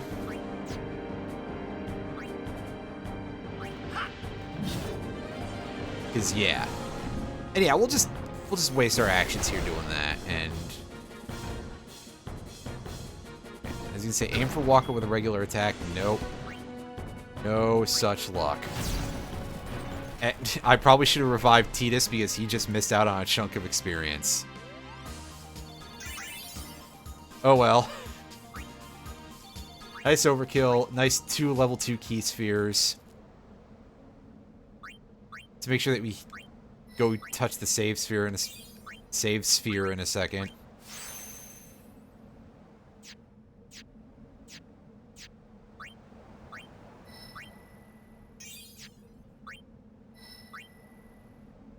And one of those level 2 key spheres will come in handy because we already had a bunch of them to begin with, so, eh.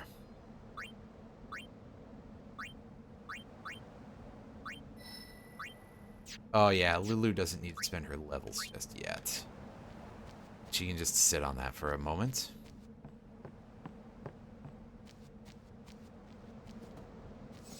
Go over here.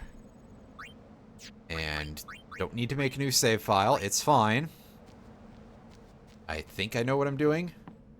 Possibly.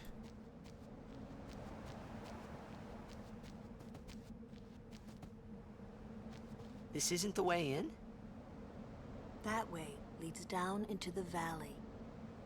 Wow, you know your way around, yeah? Huh? Yeah, there's a story there, Waka.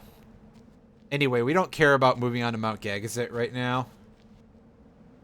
We're going to go into the down here zone. And I believe we can get into fights down here that have actual capturable monsters. So we're going to set ourselves back up with that stuff. And, Kimahri, get back in the party. Waka.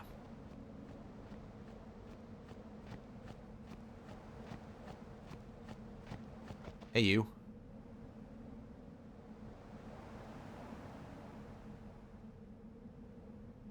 Yeah? Hmm.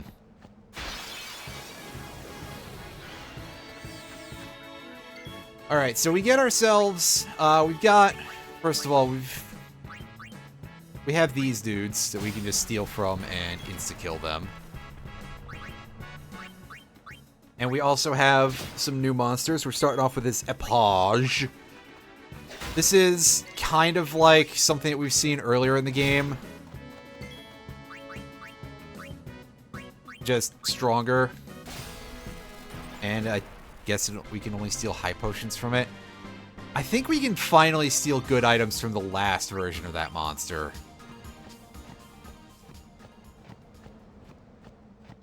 But we'll get there later. Hey, we found a rusty sword. That's going to be useful for getting Auron's best weapon.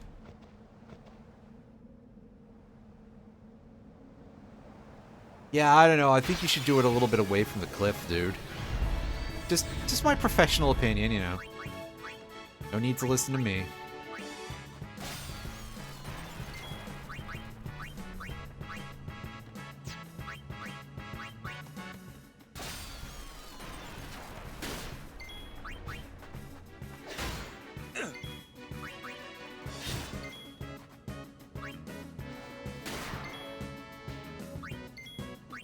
Wow, this thing just distributes the poisons with the incredibly toxic personality or something. I don't know. I probably should try killing the mechs the regular way with damage. Because I should be able to at this point. I don't need that many grenades anymore. Like, I'm up to my neck in those things. And we might actually be able to land overkills on the mechs. Which is the other nice thing. Right, remove that for... Oh, I said remove that first. But it seems that was not to be.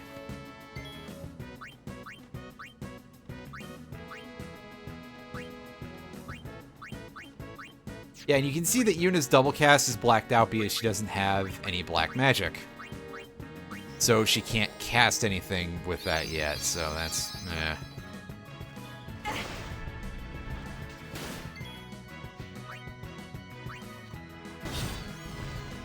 And yeah, as you've probably guessed already, we can't capture the machines. Waka, can you try one-shotting this thing?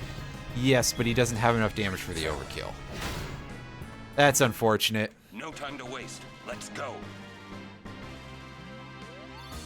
But you know what? Waka isn't allowed to continue to be successful for too long, right?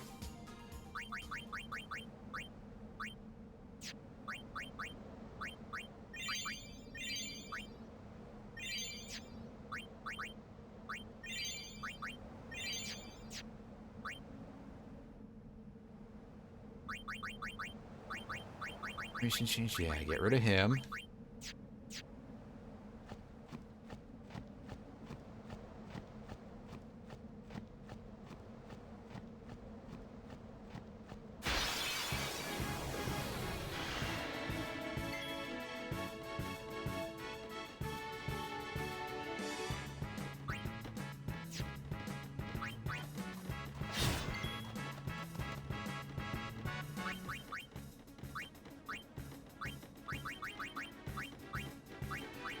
Throw out a dream powder here to shut these things up for a minute. Oh, they're immune to sleep. Never mind. I guess it doesn't work like that. Okay. Cool. Glad we could have this conversation.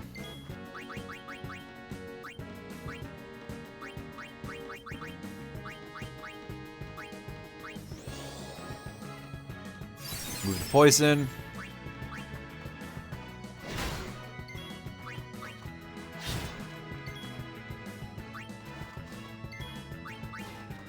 Oh, good dodge there, Tidus. Enough.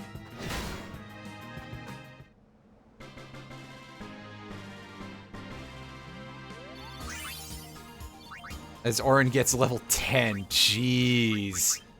He's just going to be unleashed as soon as I teach Kimahri Flare, basically. Because at that point, I'm going to teleport him over to Tidus, and we're going to let him gain some useful abilities and stuff and things, and yeah. Alright, let's go check out this weird hole in the ground. Where are we? The faith is inside, The weird hole in the ground. as are the fiends. Hey, this where... Waka, don't remind her of that. What? The summoner I guarded on my first pilgrimage died here.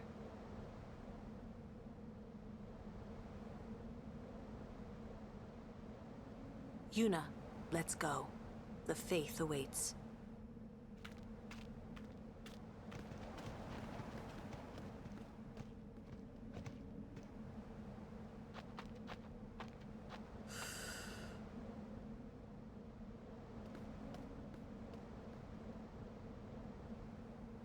You know, it's interesting how, like, everyone in the party has some sort of major failure in their backstory.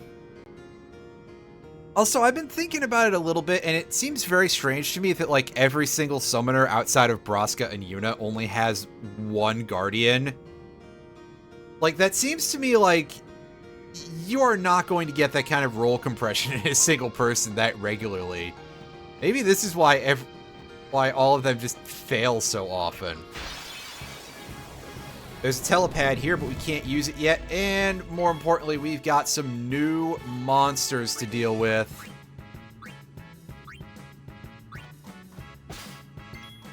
And some of them have some useful items, but that Nidhogg is not one of them, as we can tell. The dark elements are quite difficult to pin down a little bit, because as you can see, they are ungodly durable, as you'd probably expect from this type of enemy. And they don't have elemental weaknesses. Also, they cast Reflect on themselves. So if you want to do single target magic on them, you're going to have to go around it.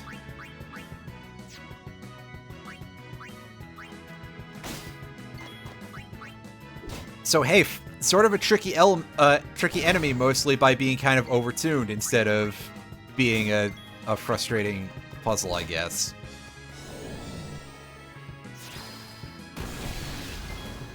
And yeah, they bounce magic off themselves in order to get around your own reflect.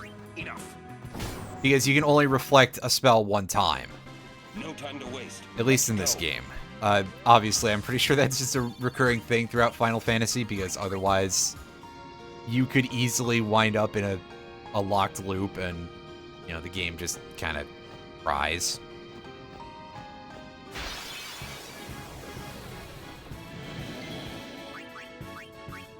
And we've got these lizards, I think. Okay, no, these are not going to be consistent sources of petrify grenades.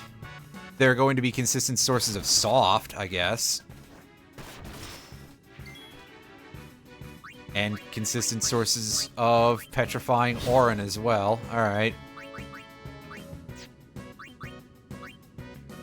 We've got a good chunk of... Yeah, 21, which means we probably want to buy the rest of them at some point, but hey. Right, get up, buddy. Yeah, if that had succeeded, I would have been quite impressed, but not to be. I gotta remember, I kind of want to rotate more of my party through for these, but then again, during the capture fights, it may be better to not goof around.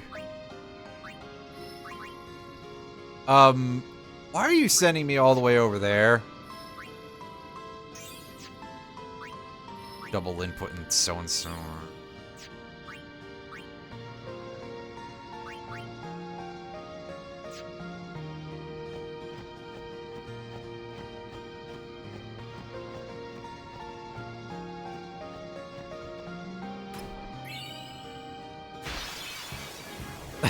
No, that chest was not trapped. We just ended up in an encounter immediately afterwards. But it's kind of funny, isn't it?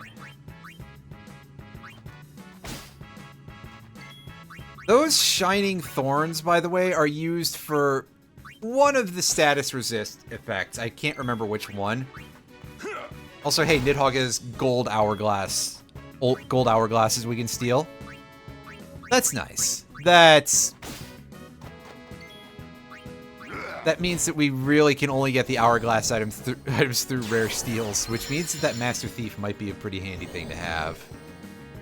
Oh man, these are using some real mean skills, but on the other hand, well, if Auron gets his mana stolen, that's probably okay, I think.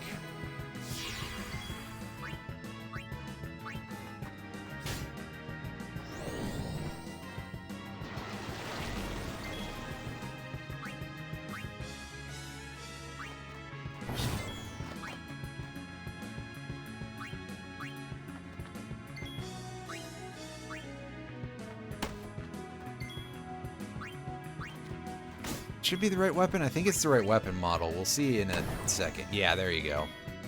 Farewell.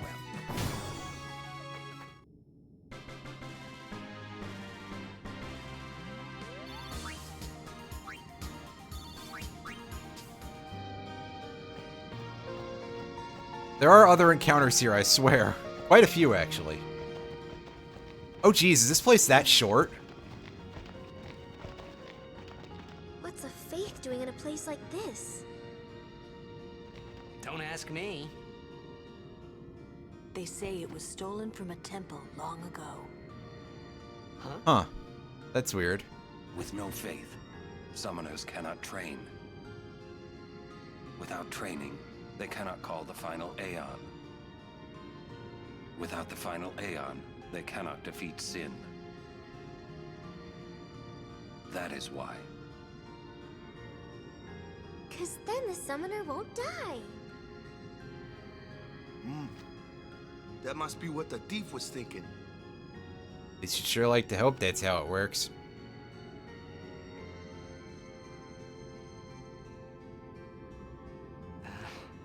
I kind of agree with him.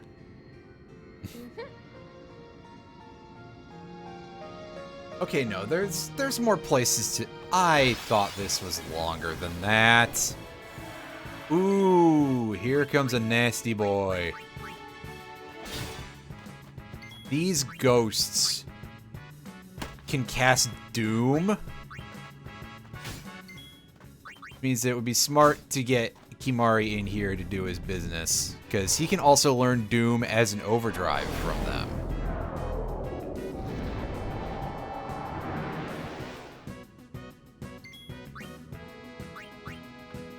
And we all know how Doom works. It goes through your resistances. I forget if it can insta-kill through your resistances, but it's a turn-based counter.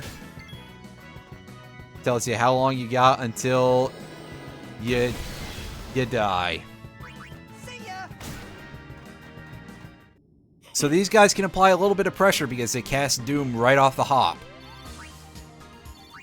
And you don't have a ton of time to deal with that. But we're just barely able to deal with it. We're doing okay. We could probably be a little bit stronger, but we're fine overall. Now this way, I remember this is away from the end here. Ooh, that's nasty.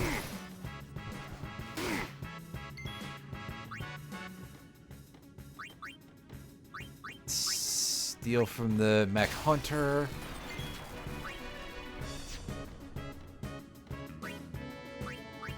We just need Walker to remove the Imp real quick because it deals too much damage for us to be having 3 enemies on the field at once. Okay, Kimahri, block, take your poison damage. Waka, capture the Ipage. There we go.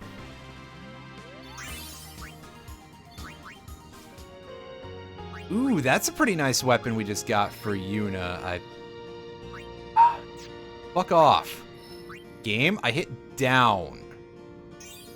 It should take me to a place that makes more sense. Okay. I want to go double check if that is a good thing. Yeah, SOS Overdrive. That is potentially a pretty nice ability. Also, 2 more empty slots. I think this is going to be worth more as money, though, than anything, so...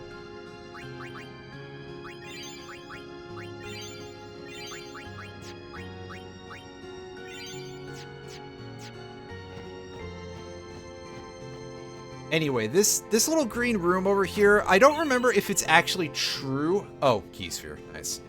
So I don't remember if it's actually true or not, but apparently there is a higher chance of encountering a couple of specific enemies in here.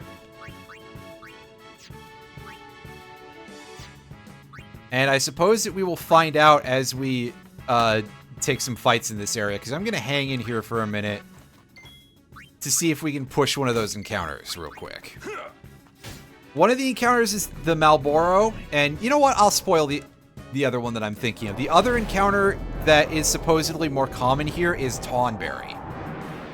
Because, yeah, those dudes show up in this area, and they operate pretty similarly to how you would expect them to if you've played a Final Fantasy game before.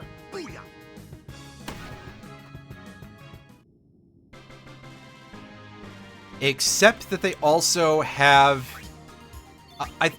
I think every version of the Tonberry has the same counterattack, which deals more damage based on how many enemies your character has killed throughout the entire game.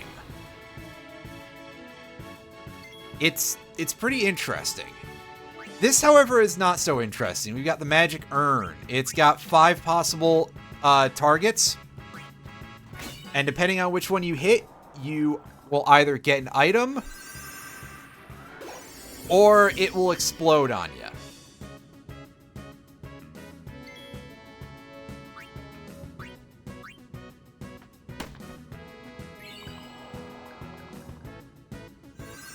Oh, that's good luck so far that we've actually landed 2 in a row.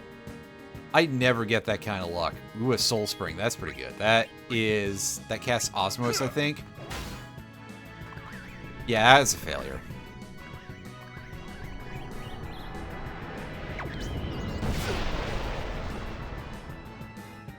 I think the rewards can get pretty good from those. But don't quote me on that because I don't know for sure.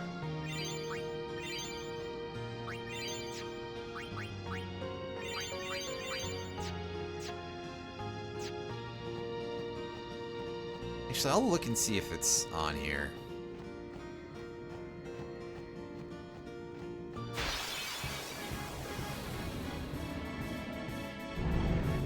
Alright, another set of 2 curls.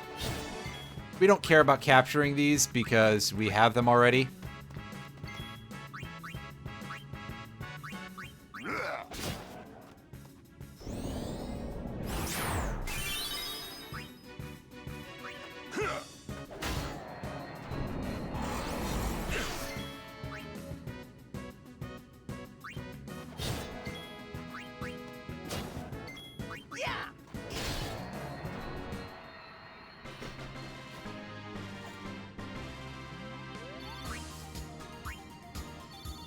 Haha, Waka didn't gain any experience. That's great.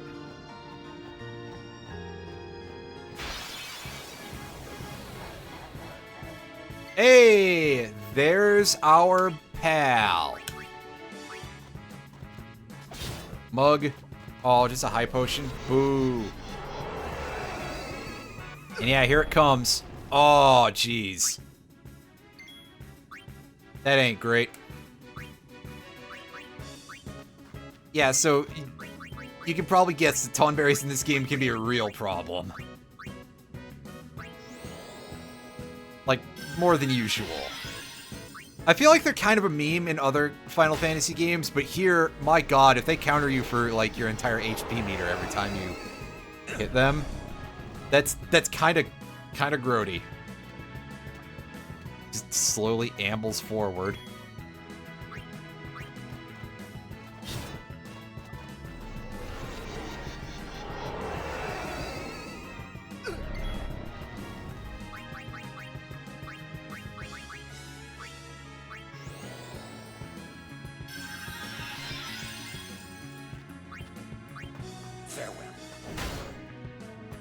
Nice, and that counts as for an overkill.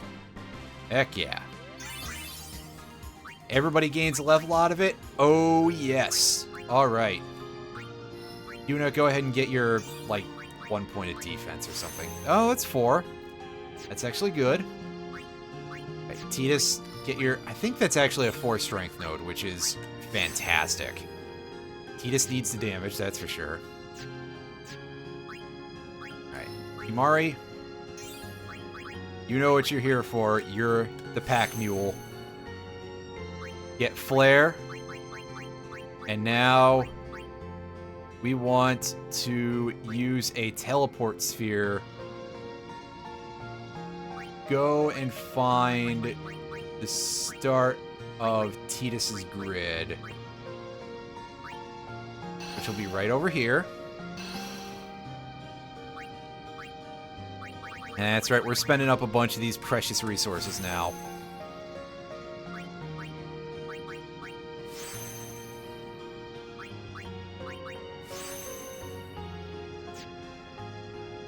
Lulu, not yet. Although she does have a level 3 sphere. She could go start to do some stuff. For now, Auron, use a friend sphere. Go to... Where did Kimahri go? There he is.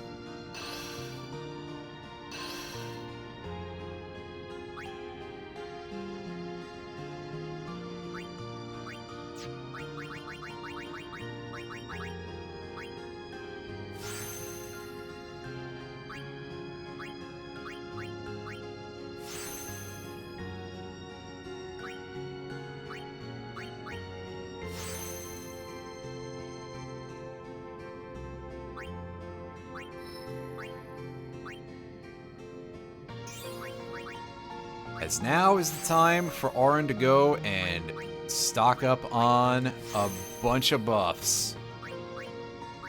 Most importantly is if he gets some speed. I mean, the tiny amounts of strength are, you know, he could do better than that, but still. We appreciate what we can get, right?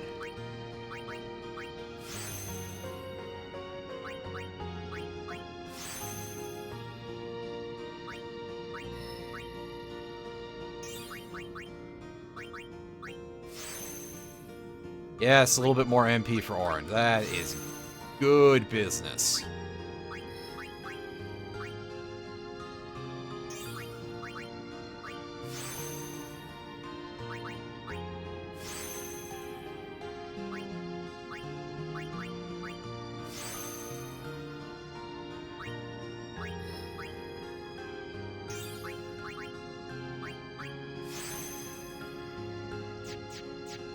Alright, now I think everybody except for Lulu has spent their useful levels.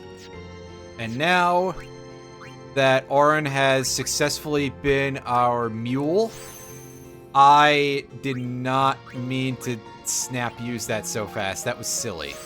Well, that's a bit of a waste. Oh well. It's fairly minor. We'll get more of those. They're in a very obscure place, but we can get more of those. So don't worry too much about that. Like, okay, sure, we wasted a black magic sphere, but we can get those.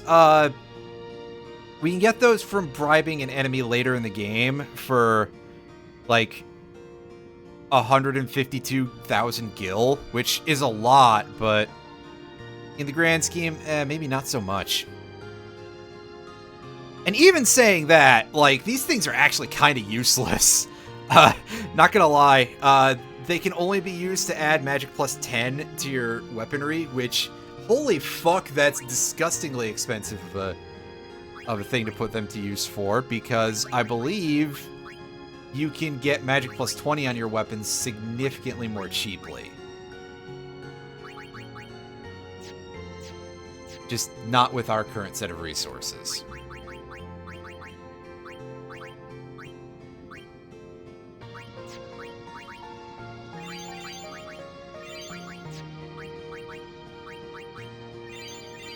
Hey, we still saved 2 MP.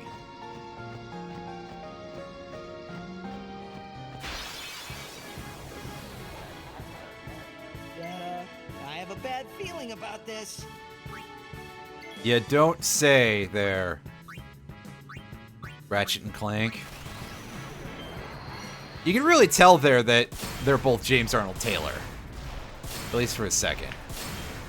Alright, so don't kill. That's all I can say. Tidus, don't kill him.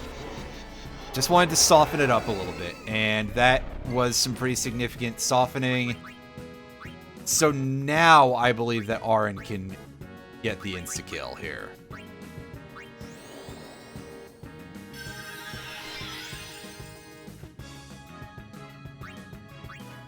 Farewell.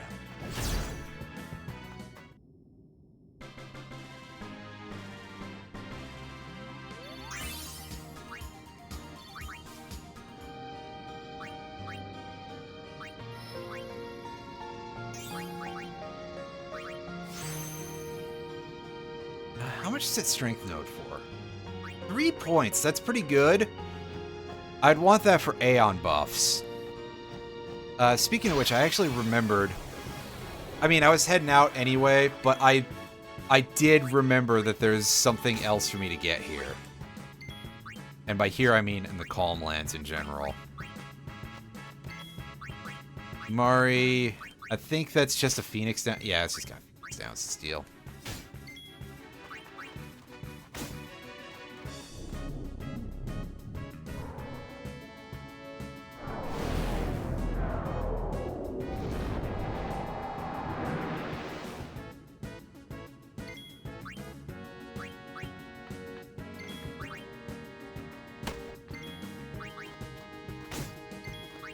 Enough. And we're getting our ghosts.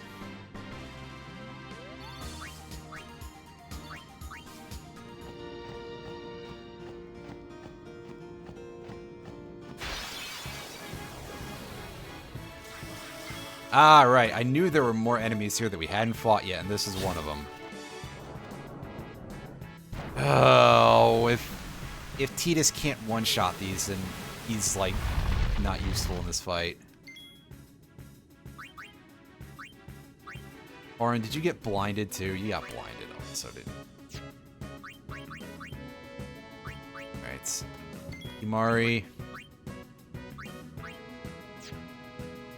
Oh, right. That doesn't wake people up. Poison sounds, petrification. Never mind. You should come in and block anyway, though. Yuna, use something to wake somebody here up. In this case, it's tragically going to be Wakka.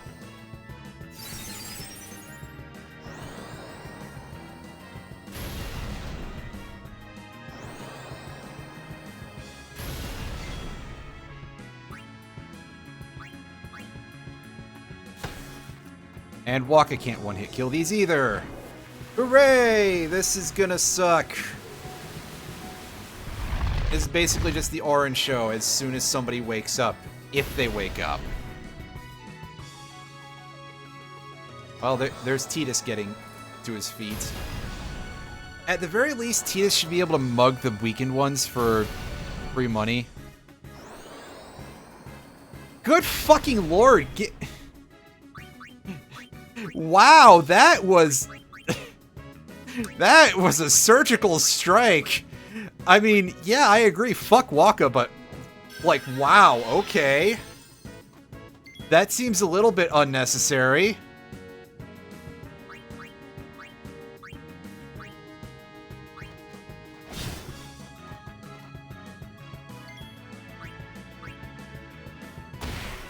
Jeez. I'm not even sure I'm upset. Oh, god damn it, that's right, Auron's blinded. Oh, and it counters a miss. Rude. Incredibly rude. Alright, dude. Okay. I guess, screw it, we'll throw a remedy at... yeah, we got 21 of these. We're slowly shoring them up. So, okay, Auron, don't screw up this time.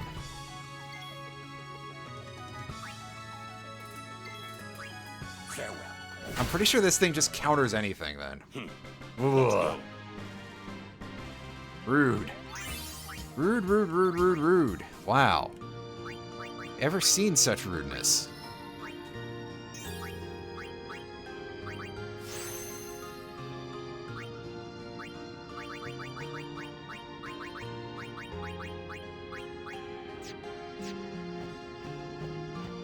Alright, yeah, we want to go and back out of here. We've got a monster arena to go visit and some other stuff. Alright, Tidus, can you land a hit on this imp? Yes! Excellent. And it is worth a very good item, so I'm happy about that. Steal Albed potions from those dudes.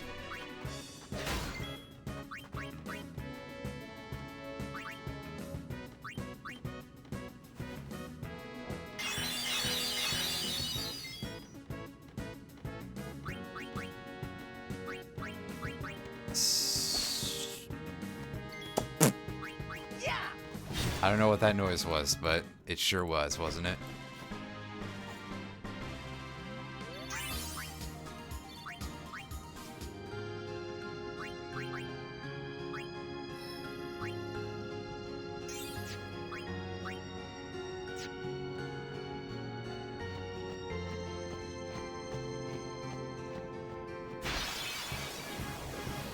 And on the exit screen, alright, okay.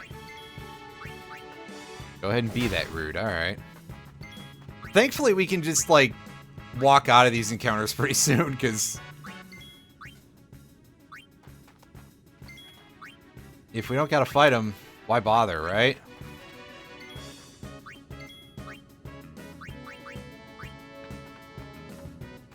Allow me. Unfortunately, since Lulu can't capture with magic, that's why we didn't buy her a weapon.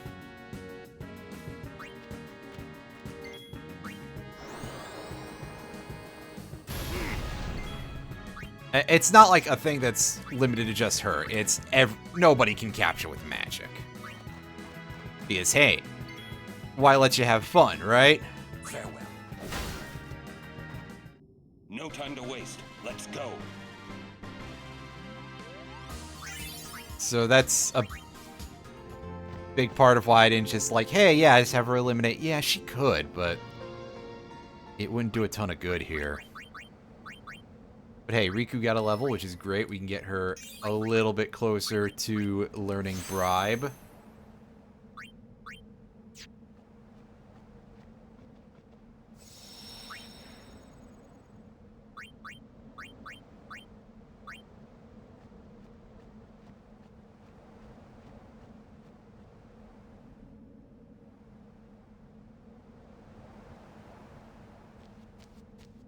think we've captured one of everything from the Cavern of the Stolen Faith, so we should have a new boss to just insta-kill us over at the Monster Agency, but at least we'll have some free items from it. Hard to complain about that.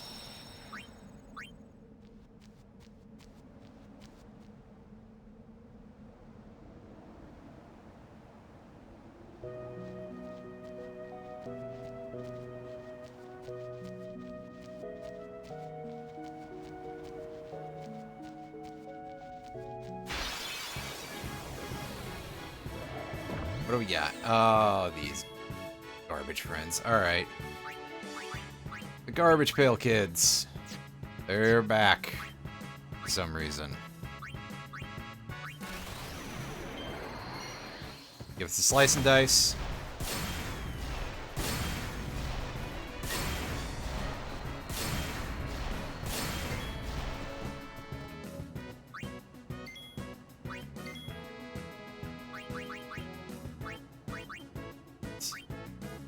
Kimahri, let's get a load of this. Get a load of this!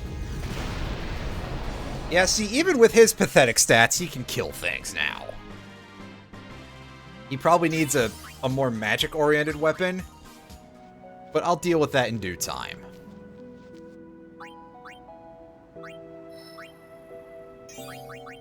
And ultimately, that is probably going to end up being the way that we deal with a certain boss fight at the start of Mount Gagazet. Which I wasn't counting earlier when I was like, oh yeah, HP numbers, blah blah blah. I'm sure that none of you were paying that level of attention to what I was saying in that section, but still. Alright. Can you blow this thing up in one shot, Kimahri? Yes, but you can't get an overkill. Oh well. I was wondering if that was like, oh hey, the Flame Flan has like really good defense against that. And the answer appears to be no. Alright, Yuna, let's see how good you do with this. Oh, yes! Wow. Okay, so that 108 mana turn when that happens. She's gonna blow the doors off of anybody that... Oh, man. That's good. I love it. So our party may switch more towards magic stuff now. Alright, hey buddy, what do you got? Oh, we're still missing something from the cavern. What are we missing then? Because we got Tonberry, we got ghosts. I don't actually remember offhand. I'm gonna have a quick look here. And see what the extremely common enemy that we didn't get is.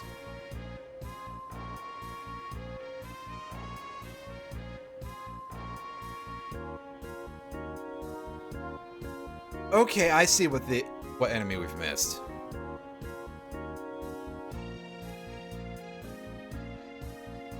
It's a different colored version of Dual Horn, so that's, you know, we don't really necessarily miss what it's, yeah.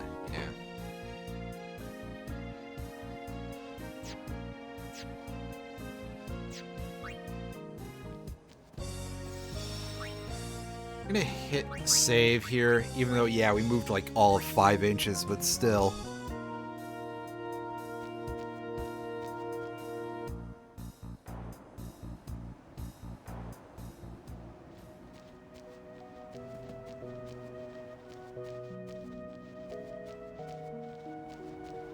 That is not the main thing that we came out here to the Calmlands for, but... yeah, listen.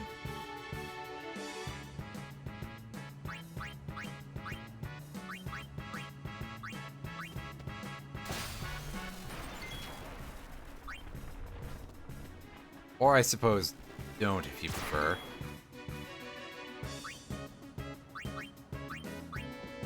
Alright, Waka, get me the rest of these wasps. Unfortunately, yes, here I am asking for assistance from that goofus again. Well.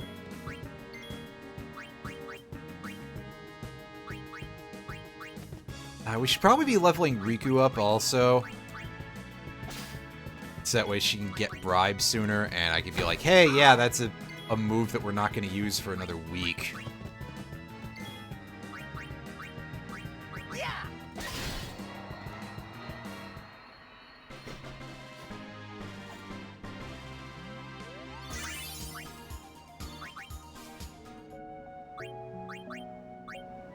Couple levels. Alright. As Waka gains a level that is, once again, completely empty.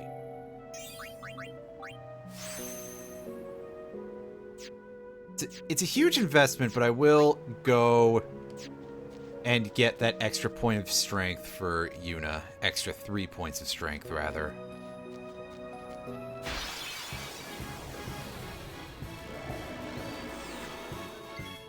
Alright, a preemptive strike on this gang of jerks.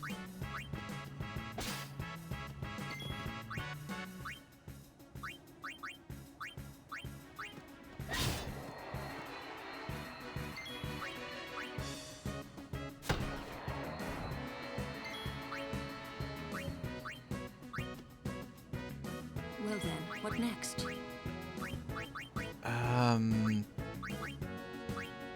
Thundaga on this thing. Let's see if that matches her.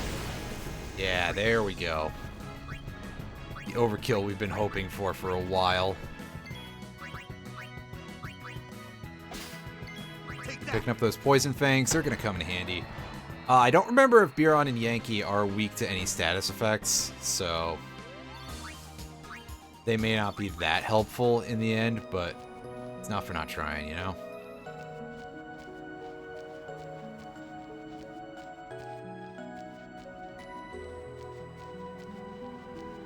There's our save point, and it's south of there, I believe. We need to get to. Steal. Block. Block.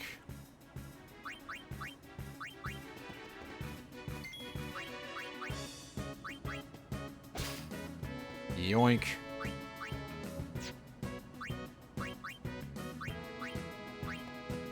Steal. Alright. Auron, cleanup time, isn't it? Yeah. It sure is. That's how it's done.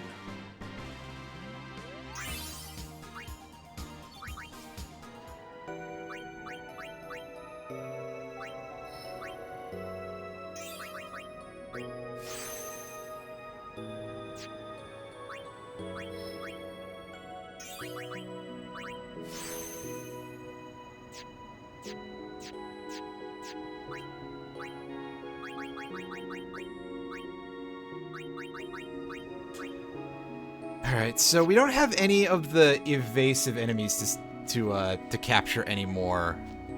So we don't really need Waka or even Tidus really in the party right now.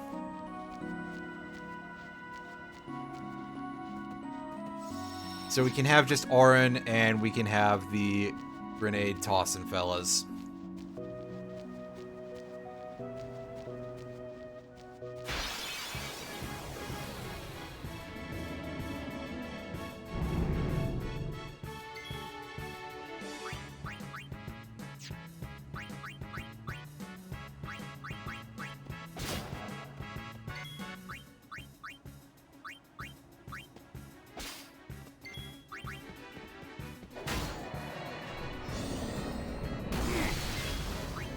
Alright, now we're free to just mash A for a minute. And we can see how pathetically tiny Riku's physical damage is. No time to waste. Let's go.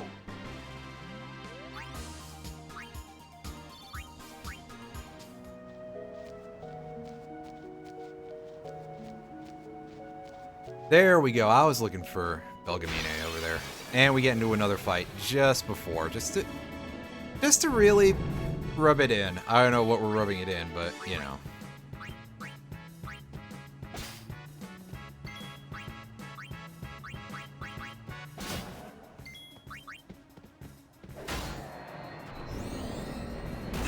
Back to that mashing the A button.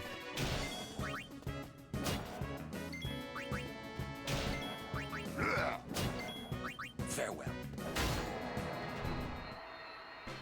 That's how it's done.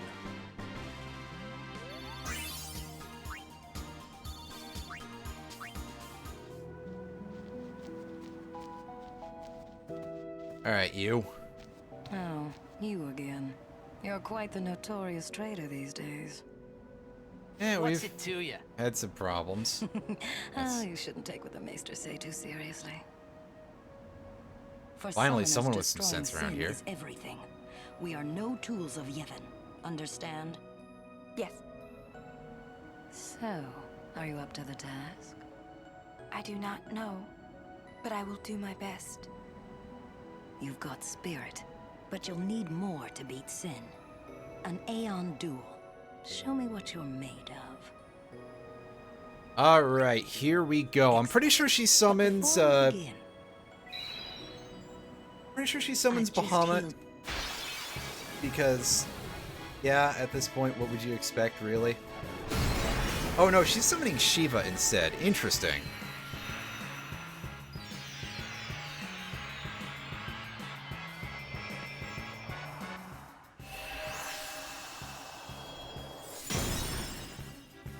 Choose your Aeon well, Summoner. Well, in that case, we can do some fucking work here.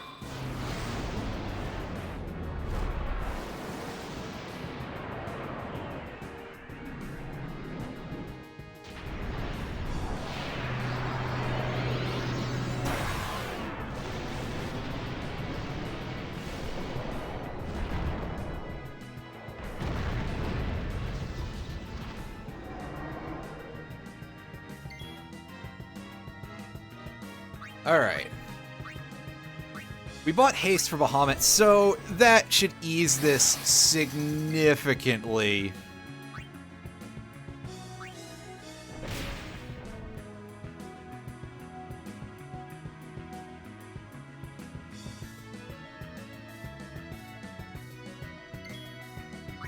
Yeah. That's the thing that we unlock after this.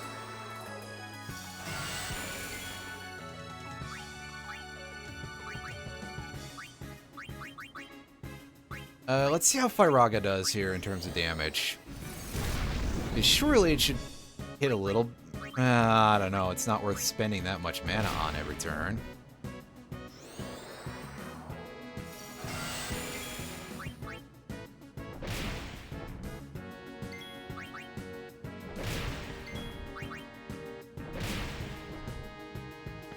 So we want to do what we usually do with any of the Aeon fights, of hold our overdrive for a bit until it's a little bit more prudent to use it, because even with haste, I think we can still get chained a couple of times. No, we can, like, just pop that off at the end of this cycle, I think, and we'll be fine.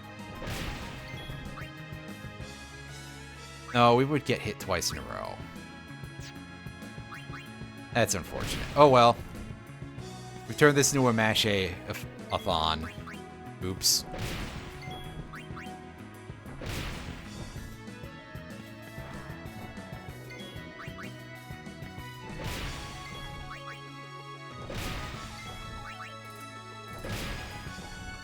So, one more... Yeah. And one more hit, and... Mega Flare. Here's our do or die time.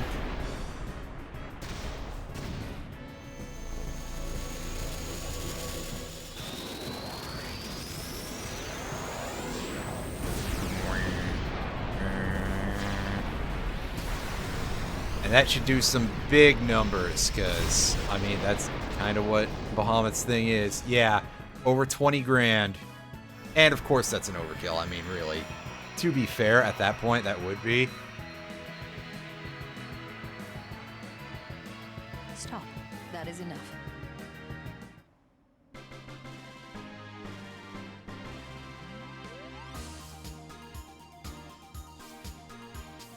Unfortunately, that doesn't add any special rewards, but still. Impressive. Remarkable talent. Traitor or no, you may have what it takes to beat Sin. Take this. You have earned it. 30 power sphere. Wait, no, that's not strength spheres. Those are not useful. Thank you. Because we had You max will of do just those. fine.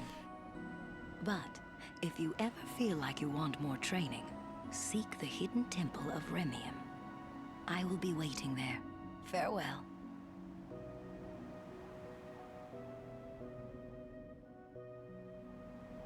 So yeah, this is a thing. They're giving us a tutorial for us having significantly fewer Aeons that we do, but we cannot get this earlier.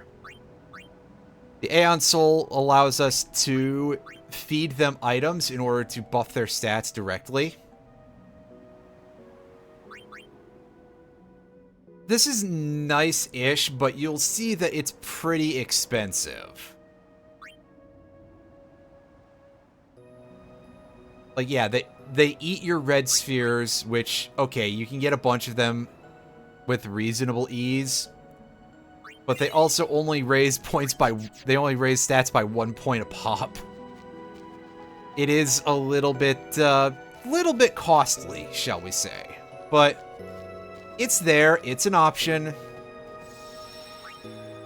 It's not the worst one anyone's ever seen. Just feels like it sometimes.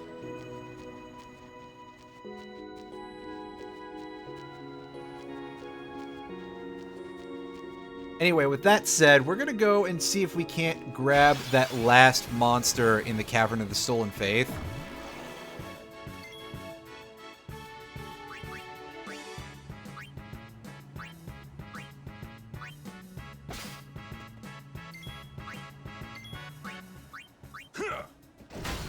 Oh hey, finally more of those. I forgot that we had like only 3 of those for some reason. Can you do any decent damage to this thing with Blizzard? I'm pretty sure it's weak to ice. Oh, it was enough to kill. Credit where it's due.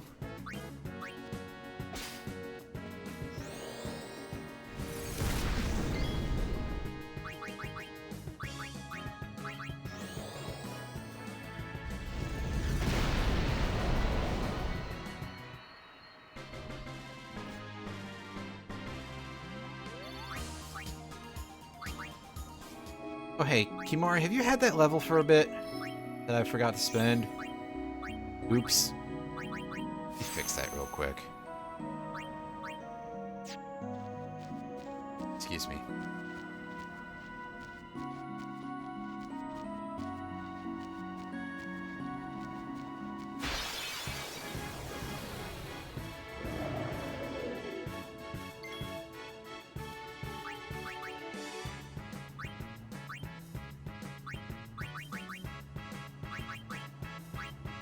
We're just gonna chuck some nades to deal with these wolves. I mean, it's gonna take more than we're using here, but still. We get tons of these grenades from just stealing from the robots. And anything to clear out a group with reasonable speed, right?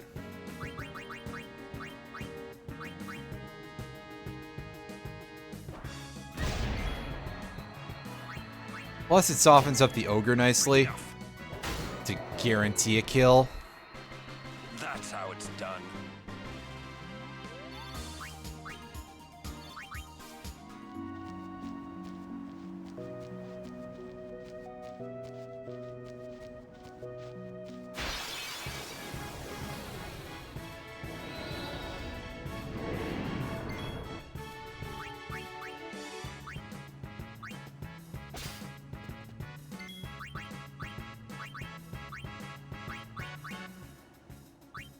Let's mug this one and remove that first. It's not the one that's going to act next turn, but... Oh, we failed to kill it. Well, rip. I think Riku might be dead. No, just very, very close.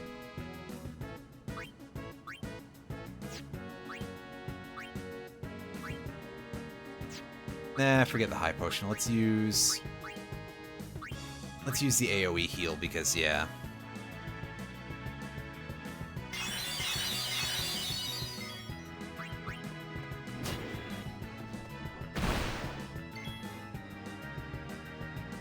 Ah, fuck you. Fuck these things. What jerks. It's my fault for not healing Riku, actually, but still.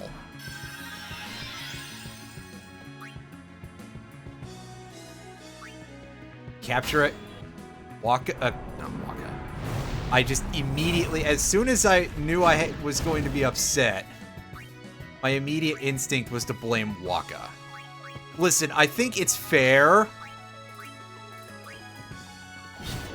He deserves it 100% of the time. Yeah.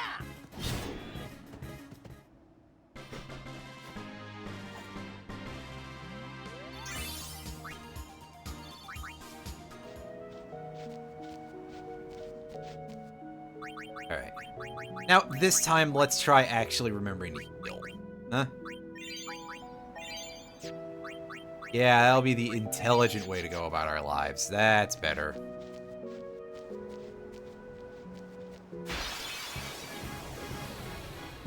Which is why I usually don't do it, so...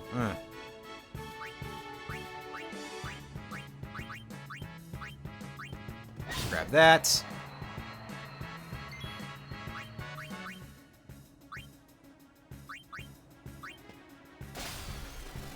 Steal. Auron blocks that we can gain some EXP. Toxic bugs do their toxic bug thing. Hey, Kimahri, come in and just start chucking some bombs around. You maniac.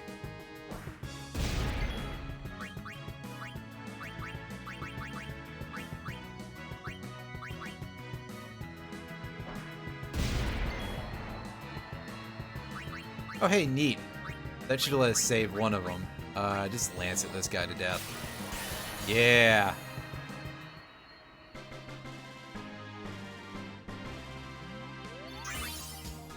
Very good. Very good.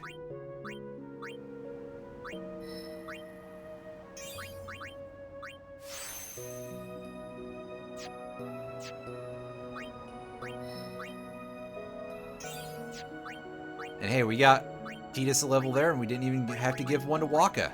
Nice. You like that? I like that a lot. It's level 2. I can't see them very well because they're dark, and I'm on a kind of a dark screen for this. It's darker than the Switch's screen, that's for sure.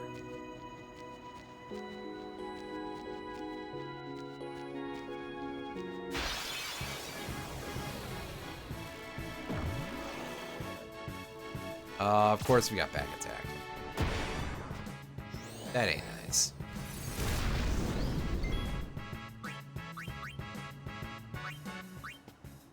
Steal that.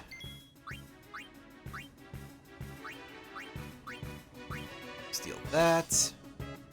And Riku don't get hit by the bee. Thank goodness.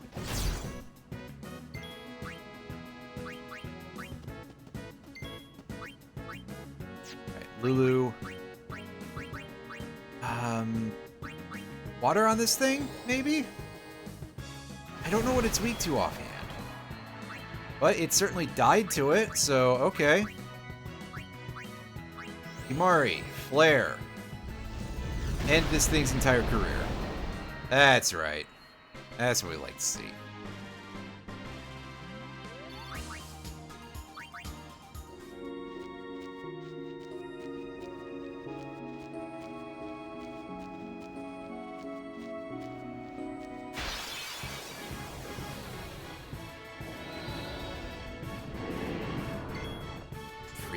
Very good. Very good. I am glad for that.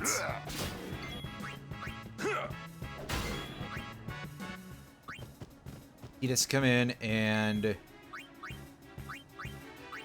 steal from other one. Yeah, let's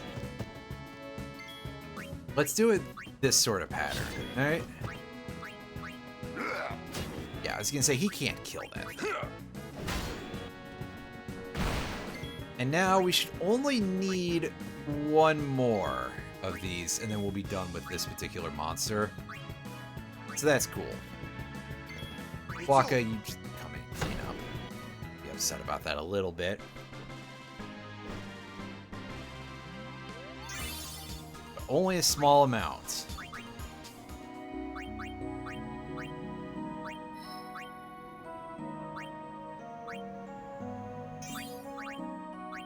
Oh yeah, 3 agility. Not perfect, but pretty good.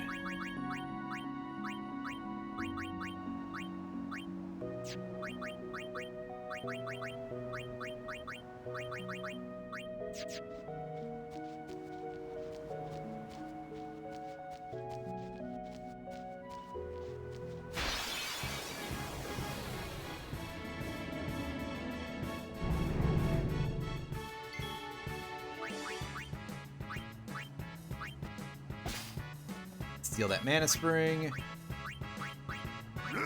The other one, and do this. And now just mash A for a second while we let this all hash itself out.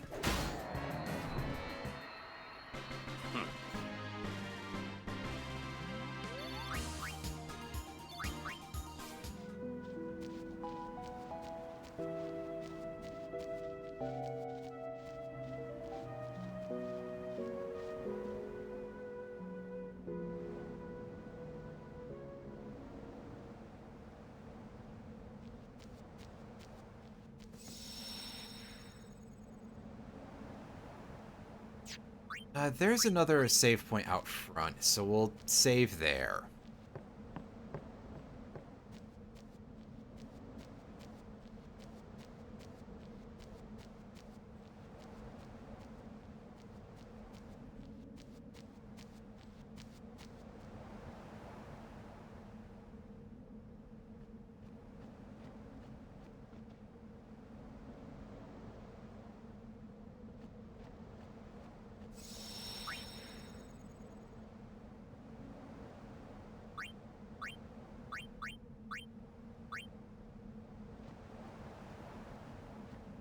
Alright, we're gonna poke our head in here for a couple minutes and see if we can't get that one last enemy.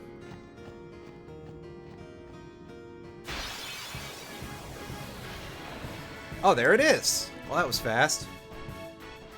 As, of course, we run into an entire fight where everything's pissed off at us. Hey, there's Riku's auto med coming in real handy. Alright, can this thing have a useful item? It has high potions. Fuck. That's upsetting. I wish I had some sort of, like, damage item or something. I don't know. Oh, so Riku can only auto-med on herself, huh?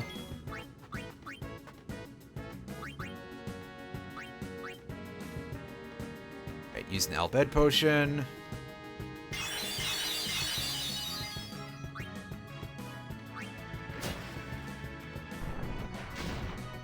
Ooh, that's painful.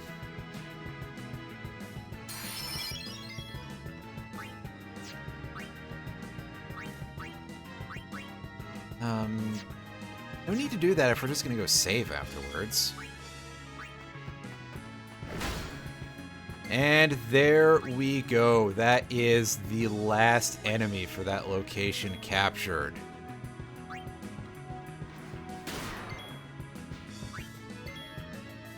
Warren, take your turn. There you go. Let's go.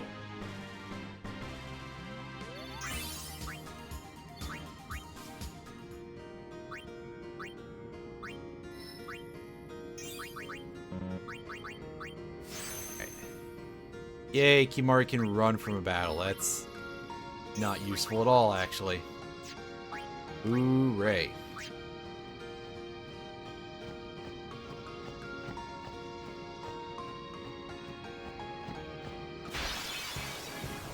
Wow, we're on like the exact pixel we get. Actually, you know what? Maybe the ability to run is useful because this fight isn't worth any AP and it's just going to annoy me. Bye! Jerks.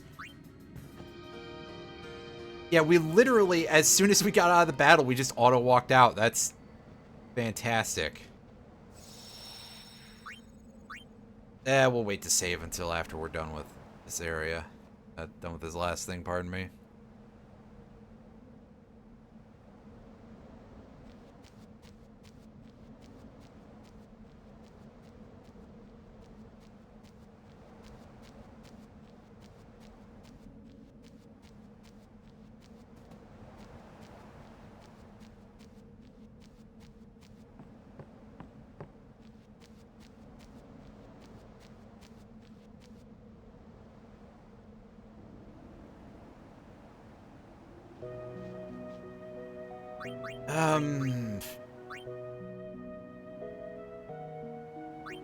Take a look at our equipment here real quick. Yeah, okay. This malleable staff has magic plus 10% and magic plus 3%. I'm gonna make an expenditure that I assume that some people are gonna look at and be like, that's ridiculous. Why would you ever think to do what you are just about to do? And it's going to be to do this. We're gonna throw away 20 of our 3 stars to put 1 MP cost on this thing. And the reason why is very simple, because that is absolutely huge. We can now double cast Flare for 2 mana per turn. That's kind of disgusting. I mean, I should probably do the same thing with a weapon for Lulu, but... what is she using? Is she still using the Fatal Kateseth?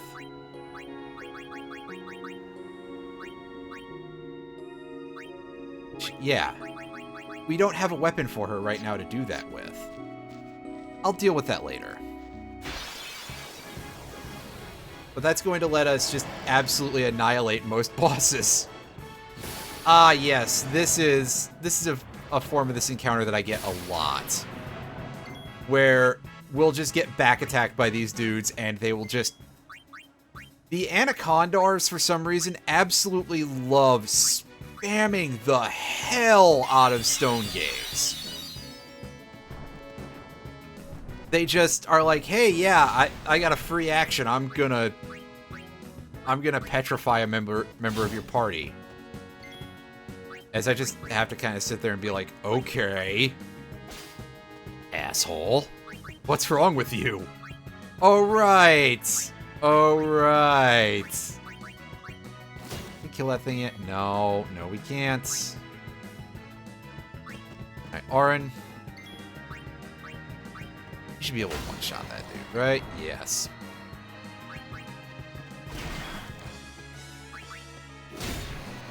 And yeah, no overkill there, but at this point, we don't care about that. We just want to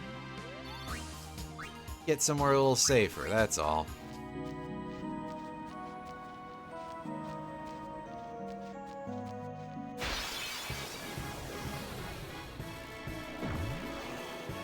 What should I do? Go ahead and steal from the Nibiros, and you go ahead and mug that Flameclon. Auron, you kill that thing.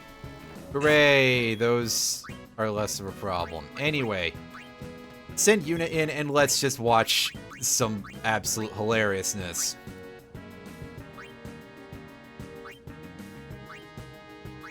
So one of the interesting things about Double Cast is that its speed in battle is determined by how fast or slow the second spell you cast is.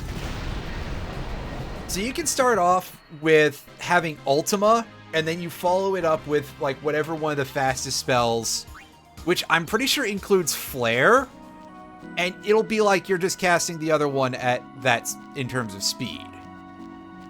It's very abusable in certain circumstances, less so in others, but you probably knew that.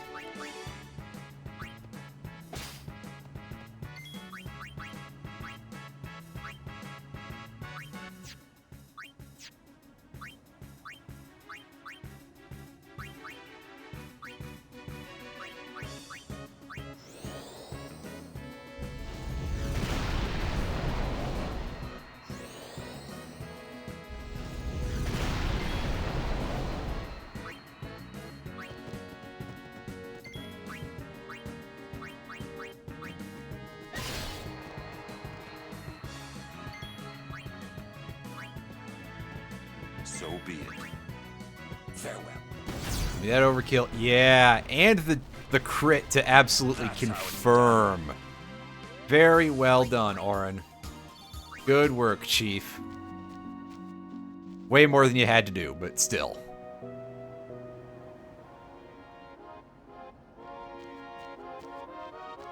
Alright. Heal up, and we're gonna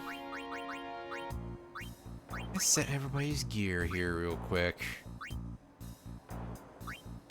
Sentry.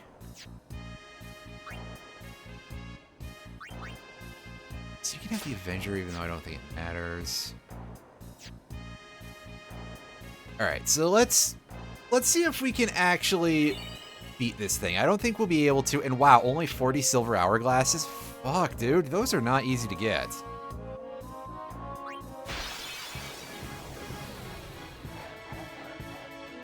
Alright, and we can see it's a Tonberry. And not just that, it is the Dawn of Tonberries, Dawn Tonberry. Let's see how this double flare works in terms of damage on this thing. Not a lot.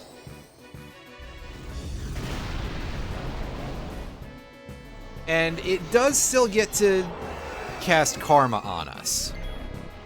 Which is still enough to kill Yuna. That must be counting her summons, too.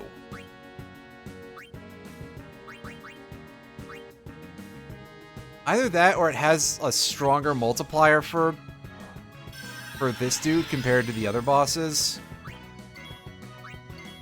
However, we may be able to kind of sneak this one by abusing this.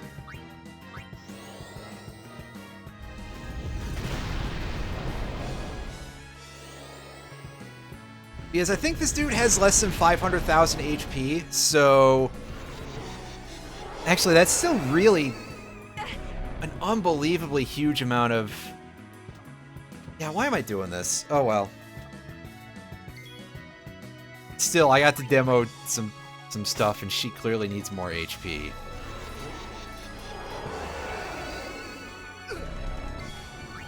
Auron, get out of there. And Kimahri, just steal whatever goods it has. 2 Candle of Life. Candle of Life is the item that causes doom. So whatever I was saying before, that's wrong.